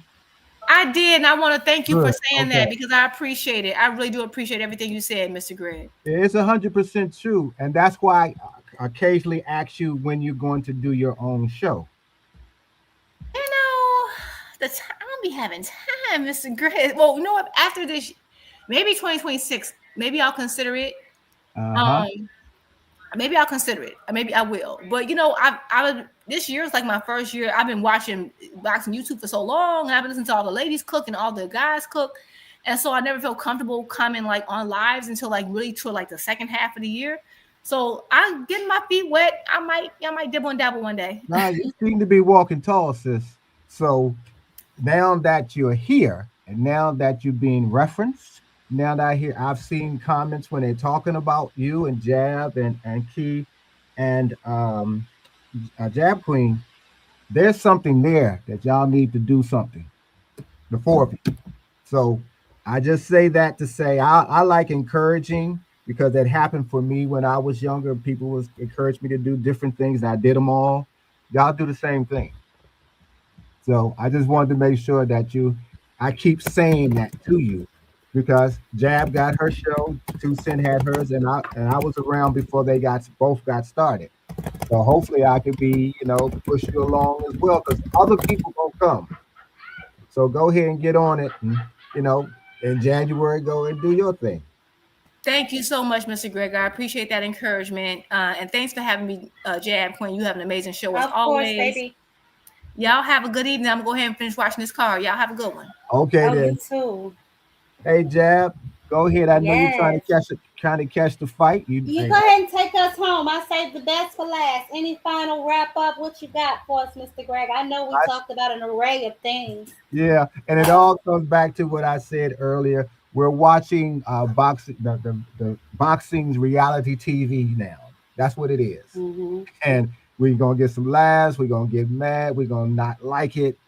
We see all the things that y'all have predicted some of this stuff before it started happening. So that shows how knowledgeable and how intelligent that y'all already are, that you can see what's coming.